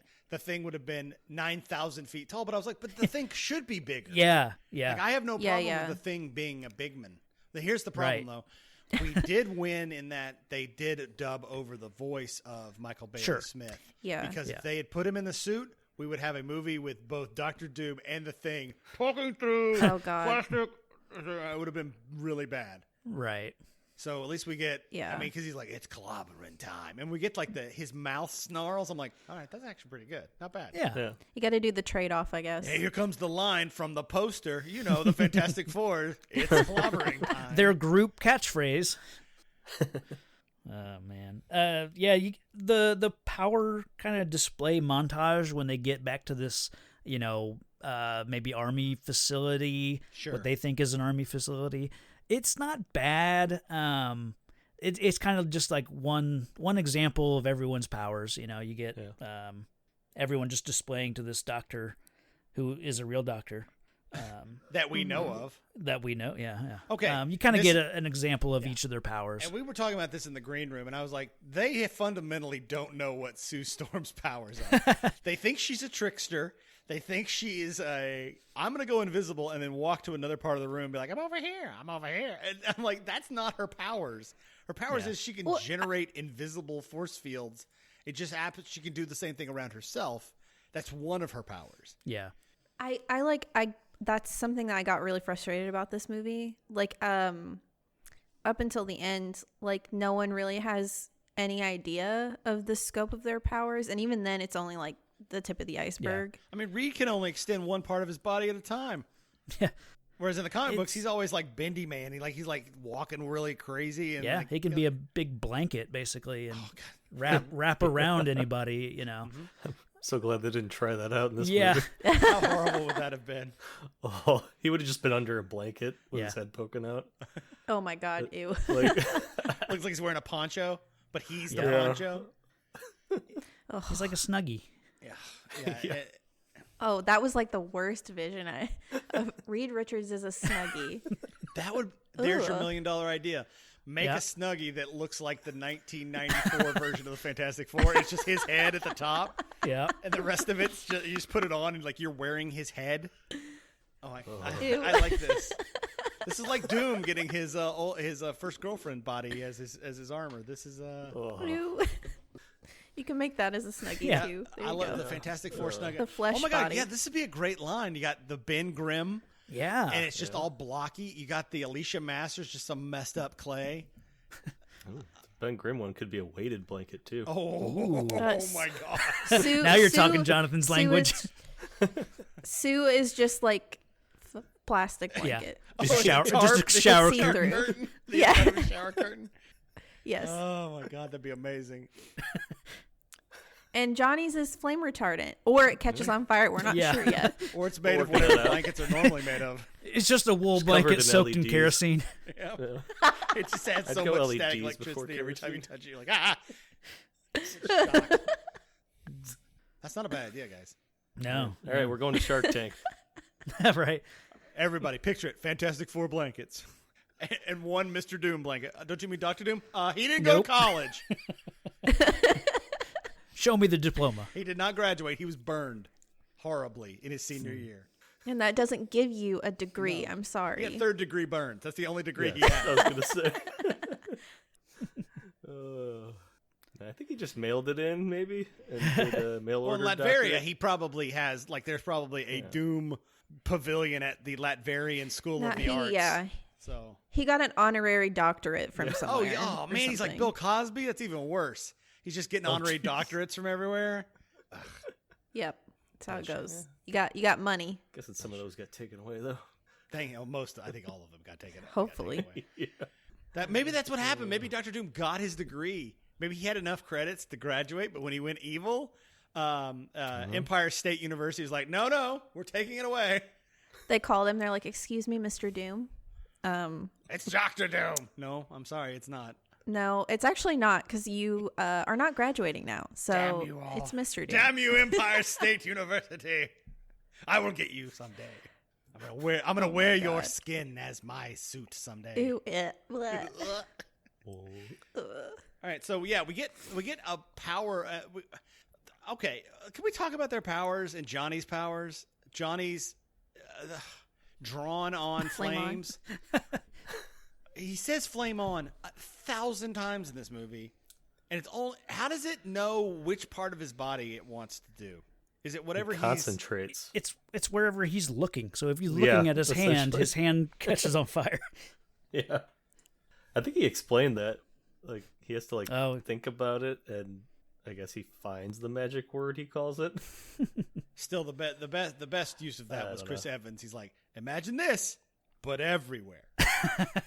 That is still one of the greatest lines. He's like half naked. Remember, he's wearing like the girl's parka. I think it's Maria Menounos of Fast and Furious fame. I believe she's of the gas station TV fame. Yes. Maria Menounos, the person who's on all of your theater pre-roll. Oh yeah, that is. Yeah. She's the one that comes on for Reels or whatever it is. Mm-hmm. She's like coming on there with trivia about. Freaking Wizard of Oz. Yeah, she's got an interesting career. Yeah, let's not delve into the how and Maria why Menounos. of Maria Menounos. That's a separate episode. All right. Oh. The real that's the real Menounos podcast. That's a different. Yeah, It's a different reel. it's their mandate. Yeah. So yeah, we get this that they all try to break out of this facility finally, but not until they like find some sort of terminal to find information. It's like, why aren't they just smashing through walls and getting out of this place? I mean, Ben eventually He eventually does, yeah. Eventually, luckily they find that every guard station has a computer terminal that has all the information that they need. So they find out, they find some like Latverian text, and that is unsettling for Reed. He's like, well, the only other person I know that spoke Latverian. He still hasn't We'll put it save together. that for though. Still Still hasn't put it together. Yeah. Also, He's super smart, yeah, but like Reed, just because it's like being Jewish, we don't all know each other. Just in case you're wondering, there are other Latverians out there. It's not like, oh, you're Yeah. Latverian. Do you know Victor Von Doom? No. I mean, yes, I do, because he's my dictator. He runs my country with an iron fist. He's on our money. He's on our money. Which is confusing because they call them Doom Bucks, and that's our currency. oh, did they have to change the portrait on it when he? Look, I can't Changed. tell you how much money that cost. To have to, and they also had to etch out Mister on all of them. Yeah. And he requested doctor. I see. And doctors in parentheses. I It's a lot of money. asterisk. yeah. Not doctor. I after they figure that out, and Dr. Reed is Dr. still. I'm sorry, Reed. Reed. Dr. Reed. Dr. Reed. Dr. Reed. Too many doctors and not doctors. Now he's a real doctor. This is Dr. Scrubs. Fantastic. Yeah, Dr. Fantastic. Reed is still not putting it together. I am so mad at the three of them Yeah. for letting Ben go.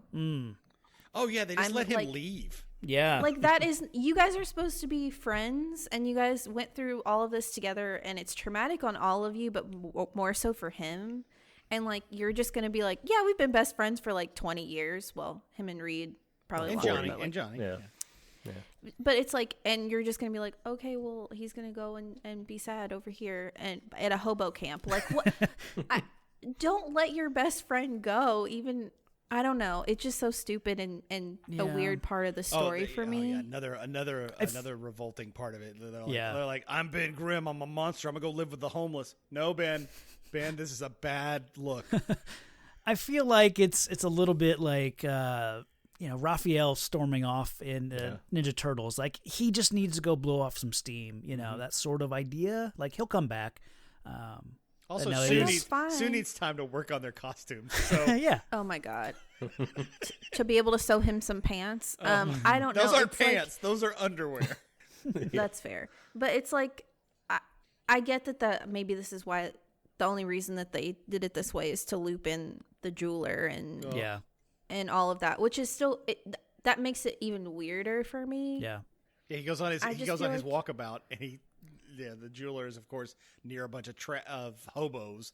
It's like A bunch of trash. trash people. Trash man. So it's like a weird way to loop it in, and I know that's probably like the only plot point that made him run away from them, but it's so weird. I mean, the lead up to it is, I think, pretty good because that like I kind of talked about earlier, the Thing versus Reed, like that animosity there about Thing is upset that he's the one that was turned into a monster. Like that is classic Fantastic Four. There's an issue called This Man, This Monster, Fantastic Four, and it's one of the best issues ever because it's just Thing is finally fed up with. They've been going for like 40 issues, and it's like, when are you finally gonna get around to, fixing me like you said you would, So it felt right to me, just because it felt very comic book. So this kind of argument and then Ben storming off. So I'm glad they put it in. Is what I'm. No, you're good. I just like it. That's from somebody who hasn't read Sure. Yeah. Like it just seemed. It plays odd. like, why did you let him leave? You shouldn't. It'd be have, better if as he walked away, it's like his rock body, but it's in a trash can. It says like "Thing No More," kind of like the Spider-Man thing, and it's like, oh, we could just take that off the whole time. Oh. Yeah. They never really go into what's underneath. Like in the comic books, he actually has like pink meatiness underneath. He's not all rocks. Right. He just has a rock shell. He's covered in he's like nerd rope, basically. Yeah. Oh my god. It's an exoskeleton. Yeah. No, he's covered in nerds and he's squishy on the inside. Yeah, just like Reed. He's actually, ironically, he's also elastic, but he's covered in rocks, so you can't tell. So you just don't know. Yeah. So, he's nerd rope. He revert back to normal for a second? Yeah, when when he feels love or something or whatever. Yeah. What is that scene? So I don't understand that. It's not far off from the comics. I mean, The comics suck. When I went through the comics, I was really surprised at how often Thing does revert back to human. Like it's part of several storylines where, when they need his strength the most, he loses his confidence. What? And he Okay, just I was gonna reverts, ask- So I was he's gonna ask so that. like it happens to everybody kind of thing? It's like impotence. Yeah, it's like an kind impotence of, it's impotence time. Yeah. It happens more than you think. More than I thought. Performance anxiety. Hey, it happens to everybody, Travis. Right. Yeah, no, yeah. I guess my thing is like that kind of ties into Reed explaining their powers, right? So like Yeah. Johnny having a hot head and like Sue being like super shy and like timid, and which is like the shittiest explanation why she's invisible. And Reed. And like saying that's the, Yeah. oh, you're invisible because no, she's like broken as a power. That'd be like She's great. that'd be like giving her the power to cook. I mean, really. It's like, that's damn. basically where we are. Like- Like, boo, no. But her power but the is like thing, the protection, like a force field, right? yeah, it's So like she's it's like protective? I She's not guess, like and that. then that would I don't lead know. to like being motherly, Right. which is kind of No, fucked yeah, up. I guess that jumps into there too. So Yeah. never mind. I was But trying it's to make it okay. So better. like no, it sounds better until you're like, wow, It's not it's great. the only woman. Okay. Yeah.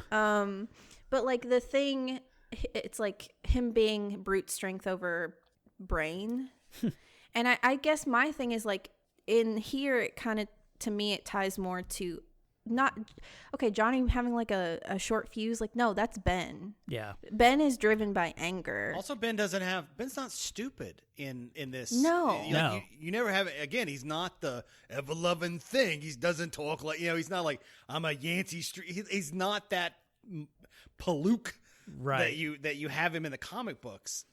You've made him Yeah. into this kind of charming, fun, big guy. So like his foil would be the opposite of anger, which is like compassion and love, which would mean that when he feels love for her, his power kind of dims. That's dumb. Yeah, I know. I don't like this this conclusion that Reed comes to of like, oh, because I'm stretched so thin, I'm always worried about everything. That's why I stretch. And Johnny's a hothead. I don't like that idea of. It seems derivative. Yeah. Like it's just too watered down as of an explanation. You don't need to of why they explain got it what they either. got. It's No. almost like Yeah. your powers were like, you got your powers because some higher power thought, cosmic rays. the cosmic rays That's decided. all you need to know. Yeah, I didn't know there was an explanation. For the There powers really either. shouldn't be. There isn't in the. It's not. There's not a scene of that in the comics where Basically, it's you like, got the power of the four Okay. elements there. Yeah. And it was random who got it. Yeah. Not like, Ben's more rock-like than Johnny's hot head. Yeah. Get Well, Doom sets up. Oh, go ahead. The thing for me with Reed was always, Reed will go to any length to get anything done, to get his. I think that's what some of the comic books later on say. Like he would stretch to any length to, figure a problem out or something like that. Sure. As opposed to, I'm stretched too thin. Oh, boo-hoo. I got a lot on my plate right now, so I'm going to get these superpowers. Yeah. This is when Doom sets up a Skype call and invites the Fantastic Four to come The visit. first Skype call. Yeah. Yeah, he hears like, I was working on this. And also he hand acts in this like a mofo. Mm-hmm. It's the most hand acting. Dude, you're doing a voice call. Please do not put your hands up in front of your face. He touches his face so much. I'm like, what are you doing? This is where I wanted to yell at the actor Because later on, when we get that after the documentary, and he's talking about, I'm like, dude, you were overacting your ass off. Oh yeah. I am like 99% certain I've seen him in a Comic-Con somewhere. Oh, I'm sure. Probably with that banner up. These people are famous. Like, I was Dr. Doom. Yeah. I'm like, okay. I mean, you got to make money somehow. Jesus. Yeah. Guy got screwed out of at least. I mean, it's not like if that's the acting that we were going to get, you were never going to be famous. But yeah. Well, I saw you had a credit for Mad Men though, so yeah, you didn't do too I'm bad. Curious. Yeah. Speaking of casting weird credits, did you see Alex Hyde White's greatest credit? He was the young Henry Jones from Indiana Jones and the Last Crusade. He's the in Greek. He's the hand. He's the hand of the guy that's he who illuminates me when he's writing and he makes River Phoenix speaking count in Greek. That's Alex Hyde White's body. And I was like, that is a weird credit. Yeah. You'll know me from such things awesome. as Fantastic Four and the body of of Henry Jones Sr. No. Okay. I remember I originally saw that and I was like, what? Like, first of all, you got another person. You can just have Sean Connery be the hand. He doesn't do his own. I don't show up for hand stuff. Yeah. Oh my God. Trebek. Oh, I almost jumped over when Doom goes to the jeweler and because the Thing is there now. The Thing goes to the jeweler. He goes to the hobo camp, and then that's when Mr. Doom shows up there to get. Yeah. I love that Doom confronts the jeweler, and jeweler like grabs Alicia, I think, and puts a gun to her head, and he's like, she doesn't know. What are you doing? Well, but the idea of like, I think he says like, you touch it. Oh, it's the diamond. That's what he's going for. He says you touch it and she dies, and Doom just says, he's like, so. I love that. That part is great. And then he says like, don't let me stop you. Like, he doesn't care what happens to Alicia. Yeah, that was weird. I like that. But so that's right. So then you get that's when Ben like he hightails it out of there because that's right, because he has no more strength. He de-things, runs off. Okay, that's right. And then he gets angry and re-things. Yep. Did he have clothes on when he de-thinged? Yes. Yeah. He gets those, Just stretchy Hulk pants, just the... Didn't he have white sweatpants? Maybe, yeah. God. He gets new pants when he re-things and de-things. It's fine. Gotcha. And then they have the family reunion. That's right, yeah. Okay.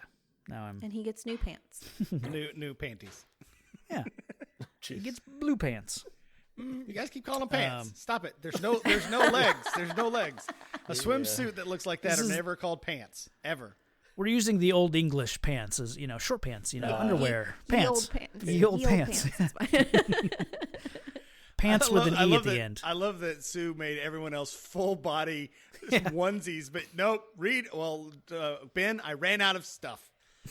This is all I got left. That's what happens. Yeah, when they're like, oh yeah, the costumes were so shitty because documentary. Sue sewed them herself. Like, you're reaching. It's fine. Oh yeah, like, she's insane, right? The woman who plays Sue's like, no, they did a good job of making it because she made them. No, that's terrible. Because that's apparently another thing that a woman should do. Yeah. So she figured out a way to make fabric that could stretch just like Reed. Yeah, remember, she's not an astrophysicist, but she is a seamstress. Do they say the word unstable molecules? No. Once they should have. All I needed was one word of unstable molecules, and I'm all good. That's one of the best comic book inventions ever. Is Reed coming up with unstable molecules, and that explains why most of the superheroes It took care of everything. In the comic books, in the Marvel comics, that's why their suits are like indestructible. Or they even did it in X-Men. It went over to X-Men because at one point someone was like, in that Krakoa episode where they get like the new X-Men, there's a point where one of them's like, why are these suits so tailored? How come they fit us? And he's like, oh, they're unstable molecules. Reed Richards, blah blah blah. Like they literally just say Reed Richards unstable. That's what's molecules. so crazy. Yeah. That's what's so crazy, because it's like now every superhero has that. Yeah. And it was Reed. Yeah. Like, and as we know now, it was Sue who actually did it, and then Reed took credit for it. What a jerk. Clearly. Yeah, well. I think I like the Incredibles, and there's an Edna Mole out there just making all these suits. Right? She's just like, darling, you don't need capes. No capes. That's right. Capes. No capes. That movie has influenced me more with superhero stuff than anything. I have looked at capes so differently. Yes. Do you remember Thunderhead? There aren't many capes in the Marvel universe. Nice boy. Like, you think like that all heroes wear capes, but there's really not that many in the Marvel side. DC's just lousy with capes. Yeah. Oh yeah, DC's covered in capes. Not recently. The newer guys. It's the two main guys, the originals. Batman and Superman. Batman and Superman. I remember for a while they kept giving Wonder Woman a cape. Remember, because she would wear like that long. They had her. Yeah, the like cloak? more of a cloak, like more of a warrior's cloak. Yeah. Oh yeah. Yeah, but a cloak is detachable. Look, I don't want to argue the difference between a cloak and a cape. A cloak and a cape. That's another podcast. Maria Menounos is a clothes horse, so we can talk about that later with her. Okay. So this is where the Fantastic Four, they're kind of all together, and they go to answer, Doom's trap that he's laid out for him via Skype, and then they just pretty much right away get captured, of course. But Reed is able to like get his foot outside the containment. Yeah, can we talk about the capturing force field? Did they give notes to Johnny they didn't give to anybody else? Because Johnny is wiggling around like he's straining against. Yeah, like he's being tortured, and Reed is doing nothing. Yeah. Yeah. Well, he literally looks like he's about to shit himself. Like he's doing the like vibration thing. Like someone's told him you're being electrified, and everyone else they forgot to tell, and so they're all just standing there. Yeah. I think at one point in one scene you can see Ben kind of wiggling a little, but Reed is I don't literally think they were given much direction of like what to do. Yeah, because they probably thought, oh, we'll shoot this a few times. Nah, probably not. Hey, Travis, I gotta head out. Okay. Do you want me to give you my rating and whatever later? Yeah, just text them to me. Okay. I can read them out at the end or whatever. But yeah, that's cool. Awesome. It's great right, talking with you guys. I hope you have as much fun wrapping up the movie as we've had talking about this quote movie. Yes. Quote movie. Yeah. Are you going to go get your doctorate? Is that where you're going? Yeah. Just make a nice Are Sunday you going to afternoon harness of it. the energy of tomorrow? No, I'm gonna go off and maybe just hang out with some hobos at a camp because I have a scab on my face right now. Oh, gross! Oh, no. You're basically a blind person. Gross. That's the only way anyone this could ever monster. love me or accept me. But Yeah. Get out of here, you monster. yes, I'm sorry. My hair is unkempt. I must go and hide with the rest of us freaks. Adios. All right, later. Bye. All right. So yeah, we will press on without Patrick. Yeah, I mean basically from here it's just a fight and a little bit of wrap up and there's some good a Reed and Doom standoff. Not much to. I mean, everyone kind of gets an example of their powers in this fight. You get Johnny. He's burning. Maybe I'm mixing up with when they escape the lab. Like It's confusing because it's the same two scenes twice. It feels. Yeah, like. But yeah. he Basically, he's not. He's just throwing fireballs. yeah. Don't get confused with when he just is shooting at the wall. Okay, that's what I was thinking. For like 10 minutes, he's shooting at the wall. Yeah. It does nothing, and then Ben Grimm just runs through the wall. Yeah. It's like we could have done that from the beginning. He weakened it. Yeah. Yeah, it's not great just getting like one shot of everyone with their powers. Reed trips a guy, I think. We don't get and of course Sue does her. I'm gonna duck. She ducks. I did notice she does make a force field at one point. Did. She does. It's a That little was one. nice to see. At least But they. why wasn't it the whole movie? They could have done that. Yeah. Because I don't know, because you got to do the thing where you learn your powers, I guess. Like, she doesn't probably know the scope of her own powers at this point. I feel like Johnny does just because he's like, let me just see what happens. Yeah, because he flies off to stop this ray that's going to destroy New York, which, I mean, we didn't bother to talk about the setup for that, deadly ray, but I don't think it's all that critical. it's every villain who's ever had a laser. That ray is ever. as important as that ray that was in Batman and Robin. Oh, sure. It's like there was a ray in that. I don't remember, but yeah. I don't remember. But yeah, it got stopped. That's all that matters. It keeps cutting back to Johnny, who's like flying after this thing. Like, is that please. how rays work? Like, let's talk about this. Let's talk about this flying. It's okay. The most amazing CG. Yeah, saying CG is. Ooh, now that I've generous. seen this and watching the Doom thing, we learned basically the guy lied who did all the effects. The original guy told him that he could do, he could produce this great, finished effect. What did he say he worked on? What movie did he say? Yeah, I was gonna say. He said he worked on was it Jurassic Park? No, it was something big. Yeah, and they found out was maybe he was an artist on that film, like pre-production or something. Not the supervising, like previs, because all these things look like previs. Mm-hmm. And then and then they had to bring in, what was it, Mr. Image? What is it? Mr. Film. Mr. Film is who did redid a lot of the after this is them trying to get this movie done. And they got some guy who they're like, please God, can you help us? Yeah, just give us something here at the end and yeah, it's. But yeah, Johnny flies off to stop a ray because the ray is flying at the speed of as rays go, light.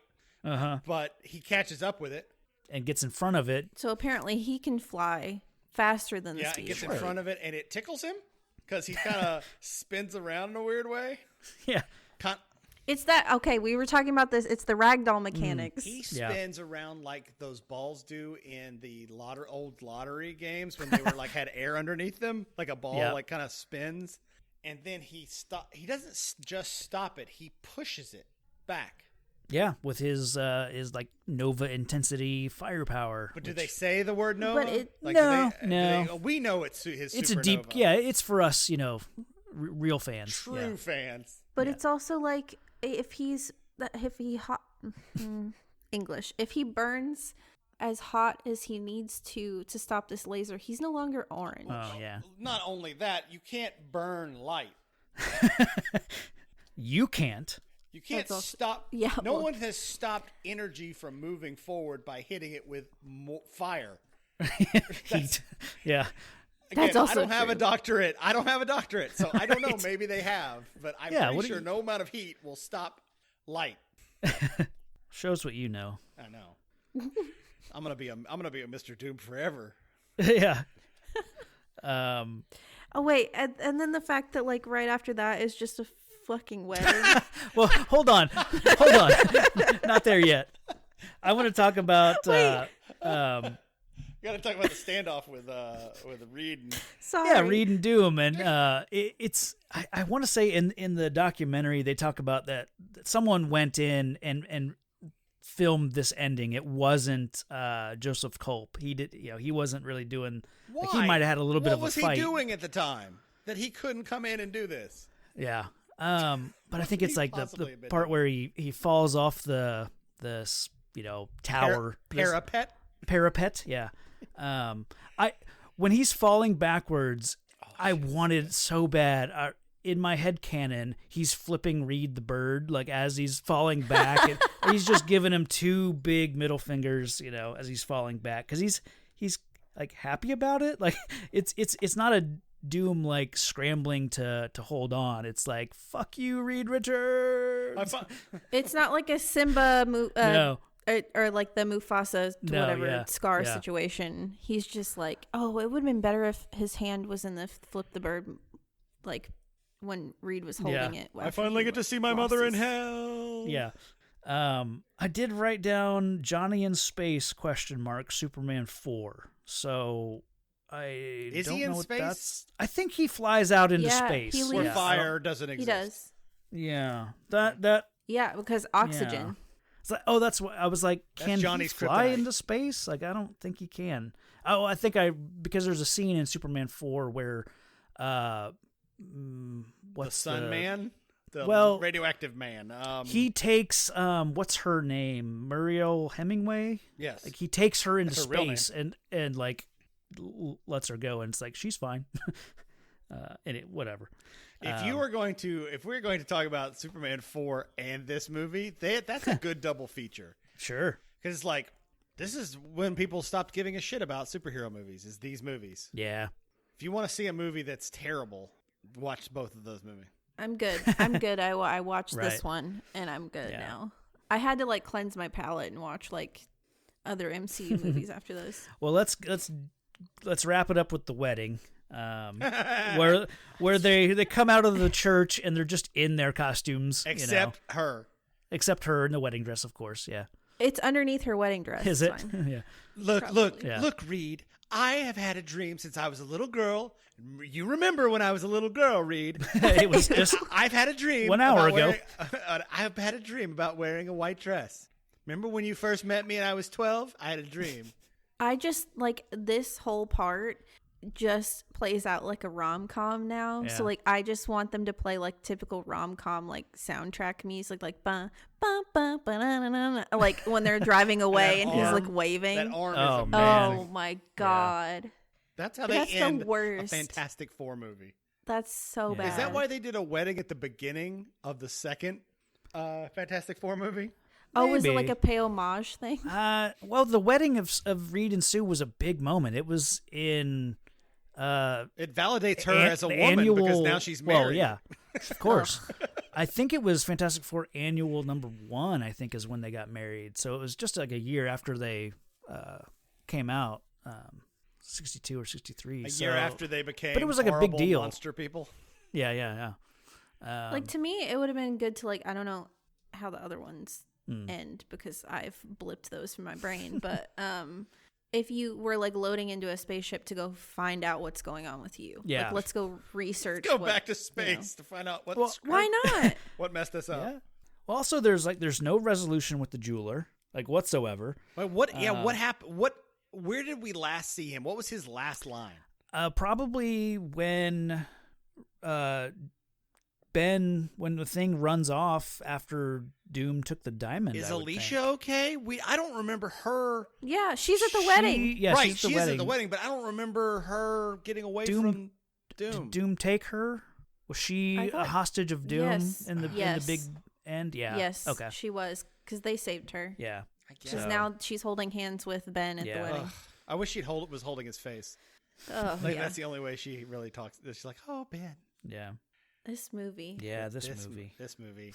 So let's we've talked about the documentary, throughout this, but after watching the documentary after this movie, it really put so much in perspective, and then it changed my mind on the movie of like, yeah, with what they had to work with, it's amazing what they got done and what they accomplished. I agree. I feel bad. I mean, at first you laugh and you're like, "Oh, this is a shit movie." Yeah. But then you're like, "Oh, they didn't mean it to be a shit movie, so this is sadder than it should." Like I felt that their effort. I'm like, "Oh man, they were really trying." So I'm like, it's rough when you realize the actors didn't know they were making a pointless movie that was never going to get. That was heartbreaking. Or the really crew, was. or any of the people that put forth effort. Like even the casting guy who's on there, he's like, none of us. This was not something that we knew. I think the most heartbreaking for me on not just the cast, but was like the editors who were like saying we edited this under the cover of darkness, like trying to get it out. And that was their mission. They were like, "Oh, it's going to be in theaters. They're going to have a screening in Mall of America." Like this, they had this whole running gag going on to these people that this was actually going to happen. And it, like in the documentary, maybe this is how they decided to posture it. Whatever, they made Stan the villain. Yeah. Stan and it was Avi Arad, and I couldn't tell where they landed with Roger Corman. I feel like he was kind of like one of those like auxiliary, like he made money off of this and that's really shitty, but like ultimately it wasn't his decision. Yeah, I don't know what they're gonna. I feel like Roger Corman gets to come in here like they're like, I can't believe he said yes to doing this documentary, and so when they have him on, they're kind of like, oh my god, like he's like kind of the problem. Yeah, it doesn't paint him in a good light. Even though he's like this affable old man. Like in the documentary, but the whole time I'm like, yeah, but you got paid. Right. I mean, everyone got paid. Else excuse me. Yeah. They got paid to be on it, but like at the end, there was definitely a lot of people put in a lot of extra effort for free. Yeah, it sounded like Michael Bailey Smith paid, like 10 to 12 grand of his own money to take him a copy of the movie or not a copy of the movie, but just like promotional materials and for him and Alex Hyde White so that they could go to Comic-Cons and promote this thing and get the word out. And Joseph Culp, he was taking headshots to every appearance and trying to get the word out in this thing. And because they had, the Film Threat article they had, and they talk about it. Film Threat was going to be the next Fangoria. It was like going to be kind of this like movie based magazine, which at the time, God, there were so many movie magazines. There was Movie Line, Film Threat, Entertainment Weekly, Premiere. I'm trying to think. We used to have all these, and I got all these magazines, and they were just all about movies. And now there's none of them. But Film Threat, I mean, it was one of these things where you're like, okay, see, they tried hard. They were kind of screwed over. I still feel like the actors in it are, at least a couple of them, 2 of them. I think Sue Storm and Mr. Doom are a little rose-colored glasses, a little too, like, they're like, someday we're going to put in the effects to finish this film. Yeah. No, dude, it's over. No one cares. Yeah. This is a piece of crap. Nothing would. Also, you don't have the original. That's what's amazing. Yeah. The thing we all watched, if you guys go out and watch this who are listening, and it's on YouTube, it's a VHS transfer. There is no film version of this movie that they can find. Well, the weird thing is I know Marvel has it. At the end of our Star Trek Generations episode, I put the trailer for what we're talking about next. And so I put the audio from the trailer for this movie. And I remember watching the trailer on YouTube, and it's film quality. Yeah.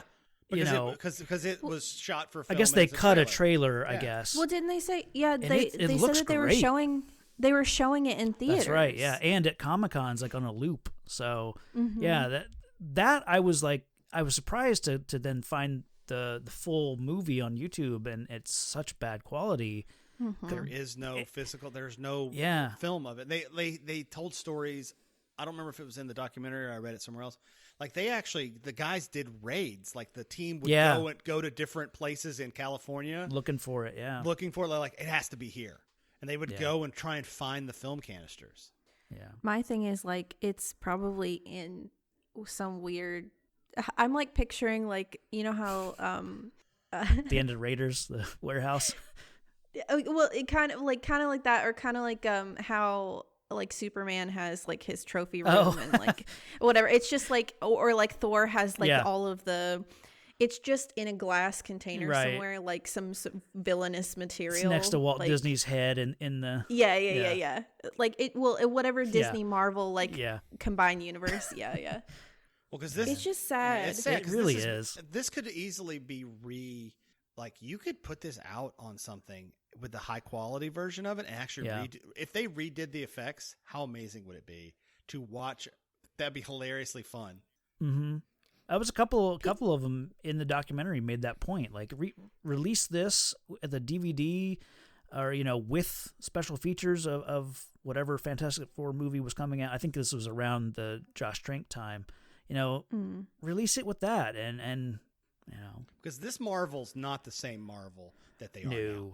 There's, I mean, none of the people that made the decisions. Avi Arad is the only guy that's like basically made it from there to here. Yeah, and he's not. He's on the outs. He's not.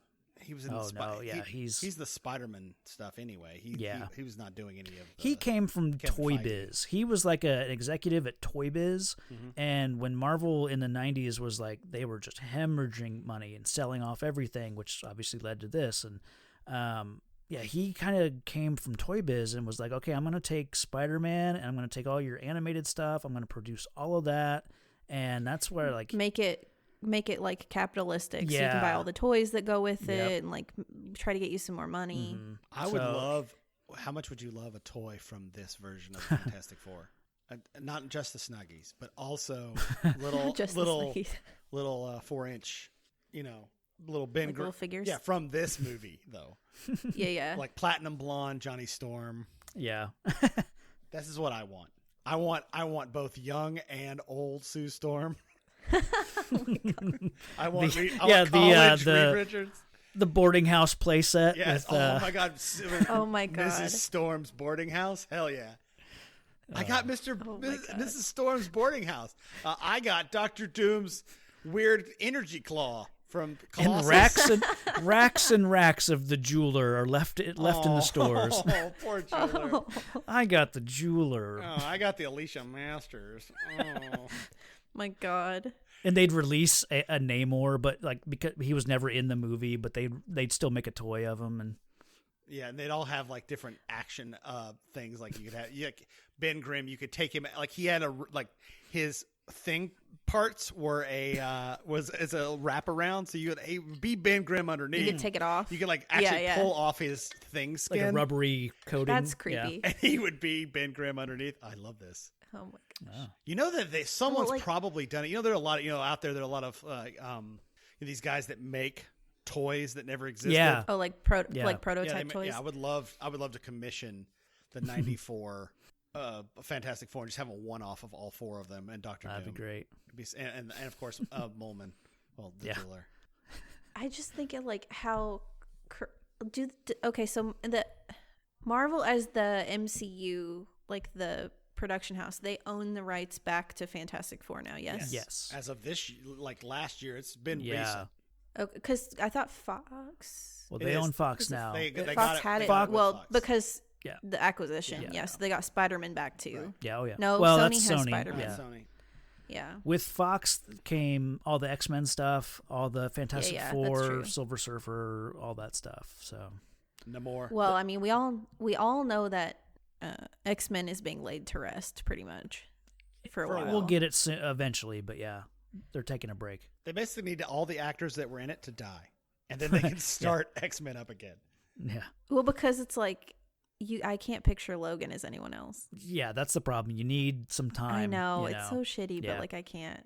I want Daniel Radcliffe as Wolverine. Oh, what? Yeah. Oh yeah. Look up Daniel Radcliffe Wolverine, and you pretty much find a picture of a shirtless Daniel Radcliffe, but he is a hairy as hell I want that. and wild hair. Like he looks awesome, and he would make an awesome Logan. Like watch Guns Akimbo. Like that dude can act, and I'm get not saying savage. He can't. He's a great actor. Yeah. I just I never thought of him as like Logan. Oh, I see it. But he's also he's kind of little, like he'd work as a because he's supposed to be a runt, and I think Hugh Jackman's almost too big to be right. He stands a little too straight because the Wolverine's supposed to be kind of like animal-esque. Yeah. I would say Wolverine is closer to Pug from Alpha Flight than he is to like a normal human. Like he's like a little guy. Mm-hmm. Okay, so how realistic is it for them to decide to make a Fantastic Four movie in the next 5-6 years? I think Phase 4. Well, no, I think he'll be a Kevin backdoor. Kevin Feige announced last year that they're doing a Fantastic Four in Phase 4. They will do. I don't know what they will backdoor it. I think that the multiverse of madness will help because maybe they can pull them in as fully fledged superheroes already. Now this goes against Travis wanting to have their origin story, but I wanted in the multiverse. I actually thought that in the end of in Infinity War and Endgame, there would be some huge, they break cosmic reality. rift. They break reality, and basically we see New York, and there's now a Baxter Building, and they come out of it like, what the hell just happened? And they're just the Fantastic Four, and they just exist. But they're not in their world anymore. Like we're from an alternate universe, but that's a lot. That would be a lot to add to an already created universe. But I think the multiverse will maybe kind of push that forward. They can kind of be like, here's some superheroes that already exist. The Fantastic Four that I want is it's you kind of like they've already established that there was more than just Captain America and Iron Man. Like between those two, you had an Ant-Man in the 60s running around with S.H.I.E.L.D. We didn't know that when we were watching Iron Man, but it happened. They can go into flashbacks and stuff. What I want is a scene in the 60s because I want the 60s Fantastic Four. Yeah. And so maybe and set them up as the celebrity superhero team that they were in the comics, and then they go up to fight Dr. Doom. Something happens, and all 5 of them, or at least the 4 of them, maybe, and Dr. Doom, they all get sucked into the negative zone. Okay. And then they remain there until Endgame, until the snap happens, and then you do some sort of cosmic reality altering, or maybe with WandaVision, like it some was like sort a of rubber band effect of like something, because this, then this. Yeah, something brought them back to reality, and they come back into reality, into our universe. They haven't aged but they've got a like day. their 60s. They're like, still 60s mindset. That's yeah. not That's bad. cute. That's cute. That would be fun. That's what I want. I want a time displaced 60s Fantastic Four team. And you can blow it, brush it off like, yeah, they were this weird team that popped up in 1962, and then they just disappeared, and we just forgot about them. I think you could play it off that way. That's what I want. Yeah, you can maybe like roll their highlights for like who Yeah. they were. Oh, Yeah. like they're in that museum next to Captain America. There's Right. like a Fantastic Yeah, Four yeah. section. We've just never seen it.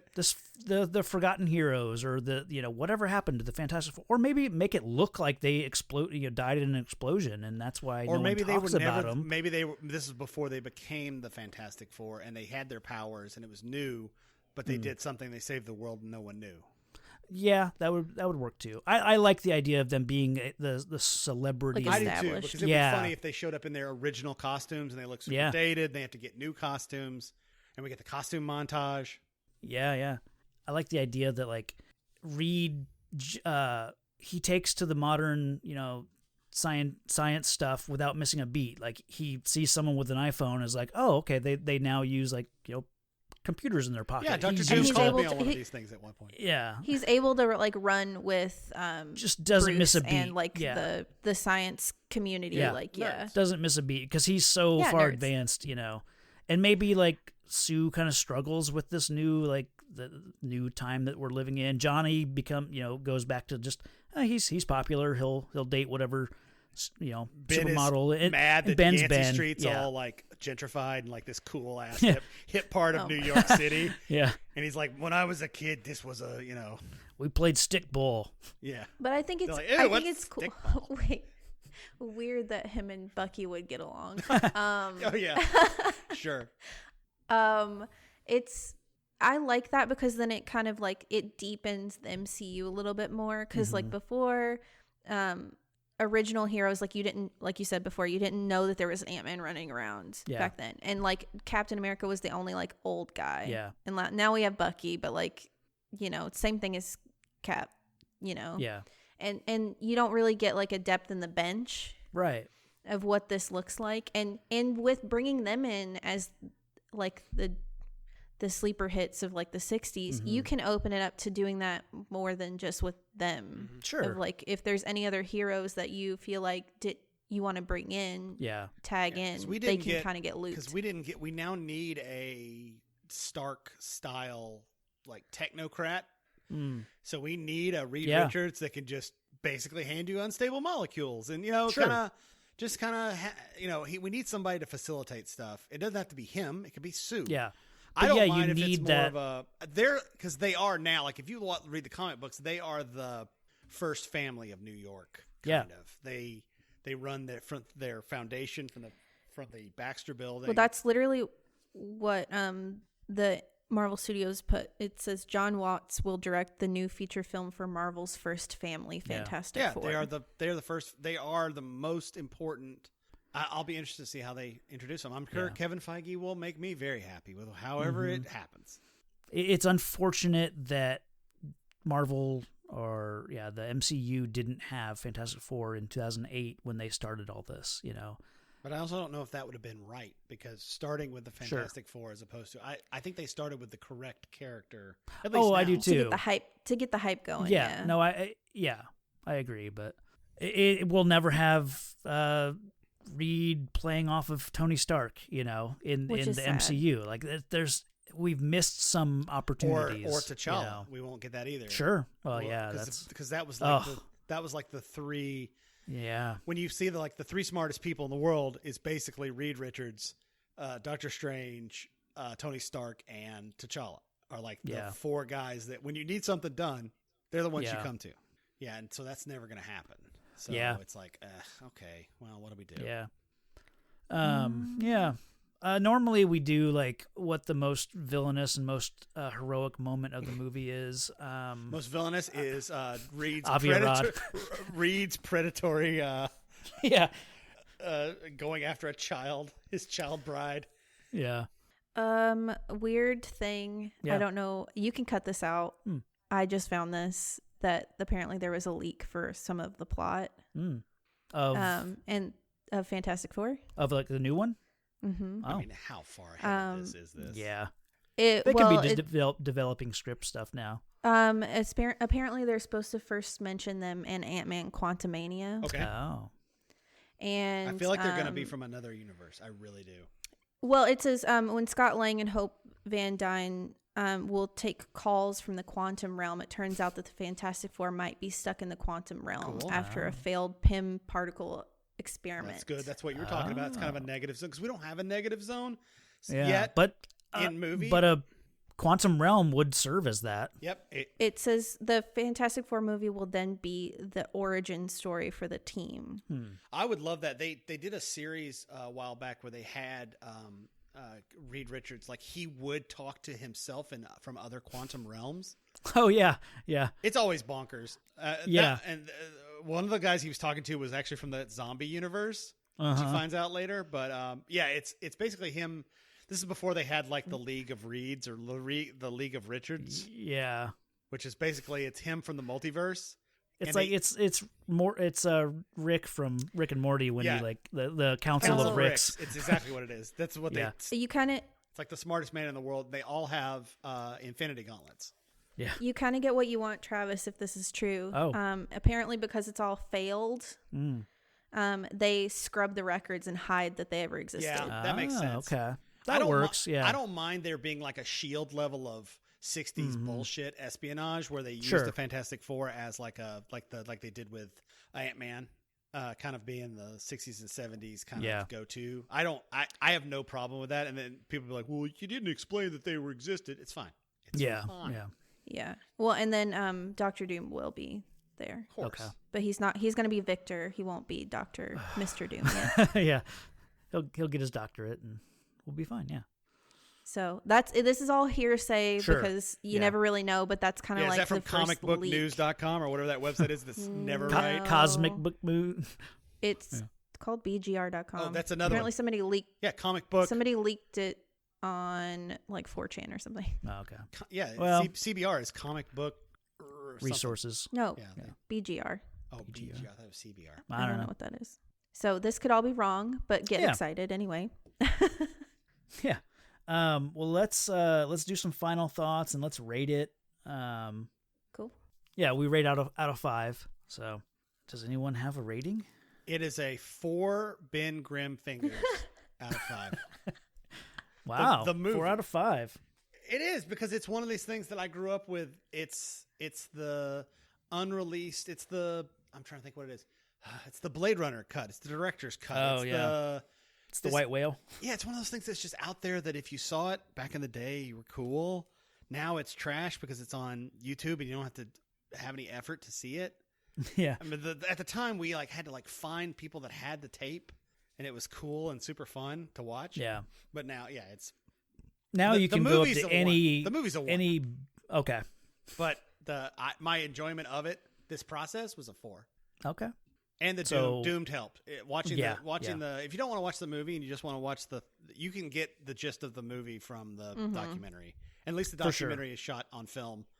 You can actually see it. Yeah. So you're landing your actual rating is a 4 out of 5? It's a fantastic 4 for me. Nice. Oh my God. Johnny, how about you? I'm 2 flame-ons out of 5. The Doomed pushed it over the edge of a 1.5 just because the documentary pulled at my heartstrings, which I know that's what it's supposed to do. But it just being put in their shoes of you're being earnest about something and then it just crumbling underneath you just hurts me. And I feel like more people should watch the movie if for nothing but their own posterity. because like this was the first Fantastic Four movie. Like you can't have the others without having the birth and failure of this. Also, it teaches you that no one has gotten Reed Richards' side white correct yet. No one can get his white hair yet. No one. The other movie didn't do it well either. The new movies where they actually know how to, paint hair. No one can do it. It just like I don't know, like even if it's a 2 out of 5, I still think you should watch it. Yeah. Mm-hmm. And you feel free to fast forward through any of the Molman. Yeah, there's no point. You can't see any of that shit. So like, and it doesn't really matter. It literally does not matter. Yeah, I recommend that people watch this movie and follow that up with the documentary. I think you'll appreciate what these filmmakers and actors and the people that made this movie, like what they went through to get this done. And it's like they realize, like, at a certain point, like, why aren't we getting, why are you so nonchalant about editing this thing and getting this thing done? Like we shot the thing. They never had a screening afterwards. Yeah. When are we going to release it? It's coming. Don't you worry. It's coming. The heartbreak there is so, and yeah, like Jonnie said, like the documentary is biased. It's made to make you feel something. And I certainly obviously side with the people in the documentary who felt duped by all this. And maybe there's another side to it. Maybe Dr. Duped. Yeah, I recommend the movie and the documentary for sure. I'd put the movie overall, I'd rate it 2.5 out of 5. The movie's not great, but it's the most comic accurate depictions of Reed and Ben, and some of the elements from the story are all there. Like it felt like a Fantastic Four movie the way the others haven't, especially for me. I've a lot of the old 60s comics are fresh in my mind because I've been going back and reading them over the past 2 or 3 years. So this felt very familiar to me from the comics. So if you want a 60s movies from the 90s. Yeah. This is the one for you. Yeah. And something that Patton Oswalt said about making about being in Blade Trinity. He said, I think it was on the Pete Holmes show. So this was a little bit dated, a couple years ago. He says, "Here's what I'll say about Blade Trinity. If you sit and watch Blade Trinity, it's a D-. It just doesn't work. But if you know what they went through to get that movie made, it's an A+. And that's kind of how I feel about this. Like, it's not a great movie, but if you know the story behind it, it's If you told me this was a fan film and it was done by fans who love Fantastic Four, I'd have been like, good for you guys. This is really great. Way to go. Yeah. Instead, these are professional actors and and you're like, oh, okay. Well, that's the thing. Like, I guess like armchair critics take it with a grain of salt. Like, everybody watch the movie and see what you think for yourself. But it just, the heart in it is what is the best part. I couldn't make a movie you can critique. Yeah, you can critique how Mr. Doom fucks with his fingers, or how the Thing is smaller than Ben and all that stuff. But like at the end of the day, it's the heart of the movie that drives it, and not necessarily like every tiny little detail. Let's be honest. Most things created in the studio system are not great in the Hollywood studios. The Hollywood studio system, I will go back and push Project Greenlight. This felt like a Project Greenlight movie. If you ever watched that HBO series, where Matt Damon and Ben Affleck tried to like show and say, can normal people who are in the movie industry get movies made? No, you can't. Basically, in 4 years, what they discovered is the 4 seasons is that the system works. You may be unhappy with the megalo corporations that make these movies and how it gets made. At the end of the day, all movies would be like this if we just let every movie get made. There are reasons why certain movies don't get greenlit. This got greenlit because it had to be done to keep the rights. It's not a good movie and it's not a good script, but the people that acted and worked on it were genuinely doing with what everyone who works in movies gets crap scripts and they're like, this is shit. But it's a paycheck. But usually they have time to finesse that, and they can find the character, they can ad lib and change things, or they just on pay the for day. something with it. It's not like not every acting gig is about this is my life. Yeah. This is just a paid gig to get me through the next 3 months of my life. And so, when you think of it that way, you're just like, okay, it was a job. They did it.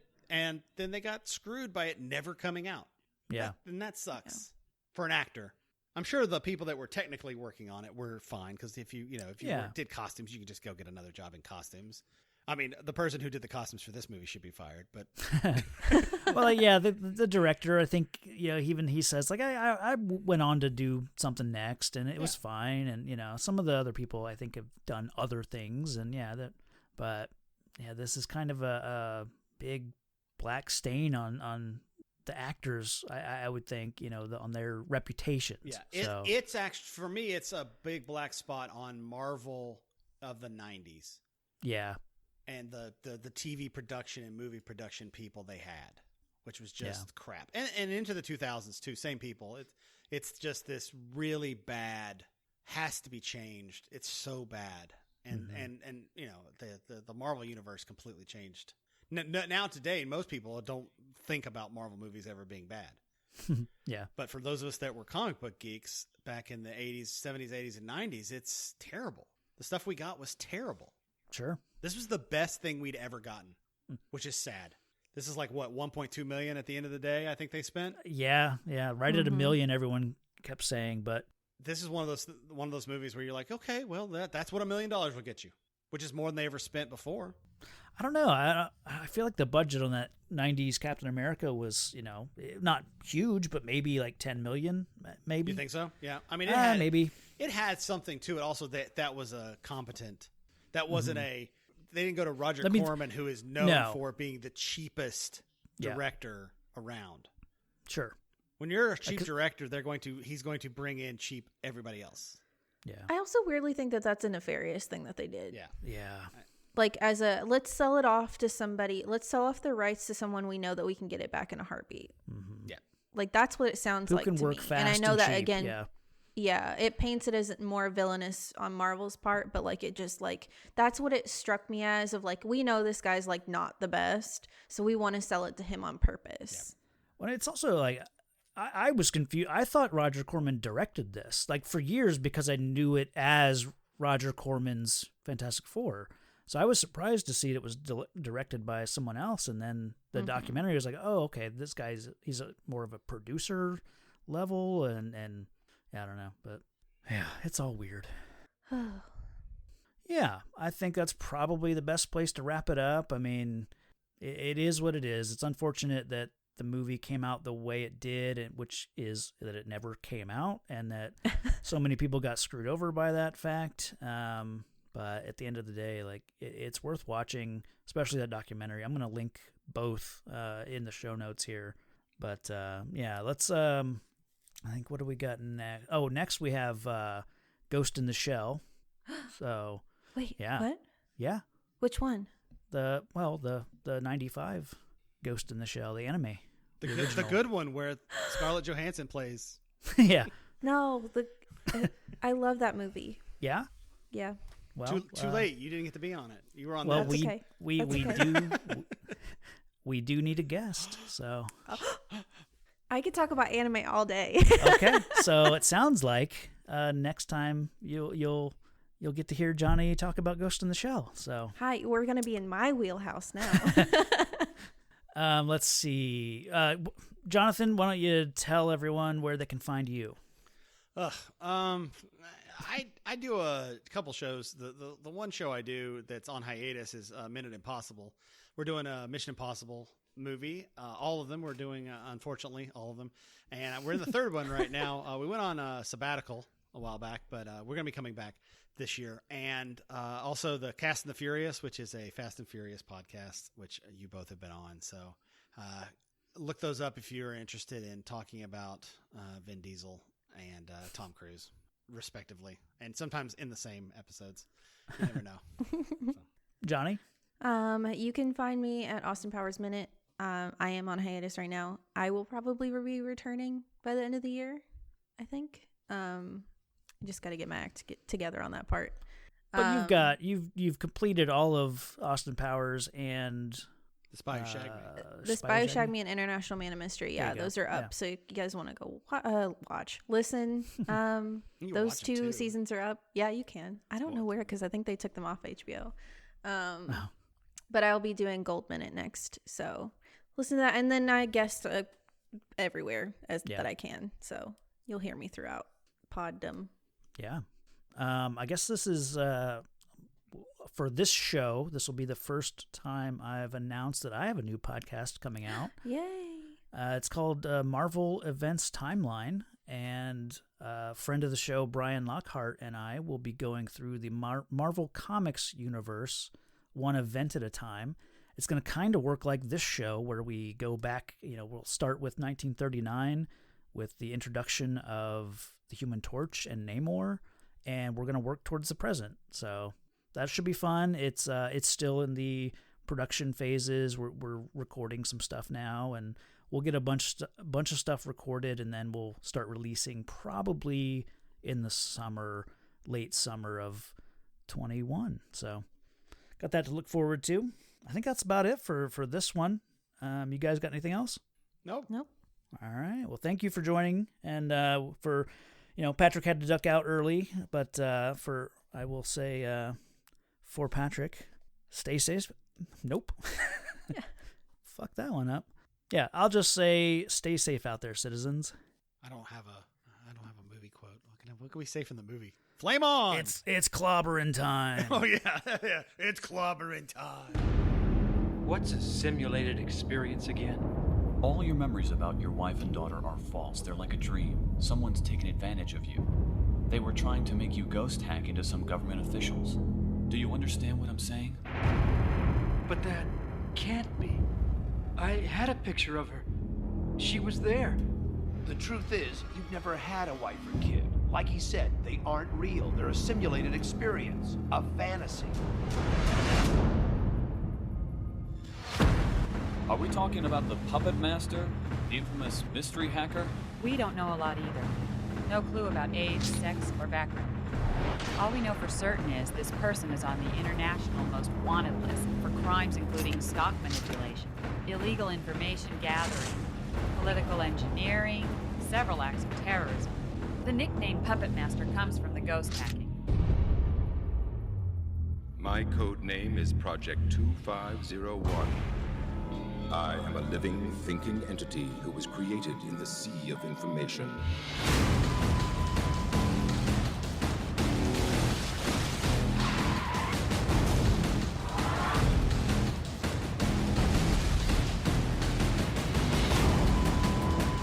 That's all it is. Information, even a simulated experience or a dream, simultaneous reality and fantasy.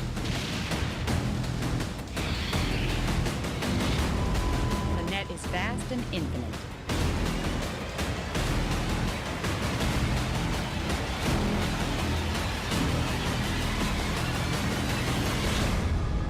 Ghost in the shell. Thanks for listening to the podcast. Find the show on Facebook and Twitter at Real Comic Heroes. All music and audio are the property of their respective creators.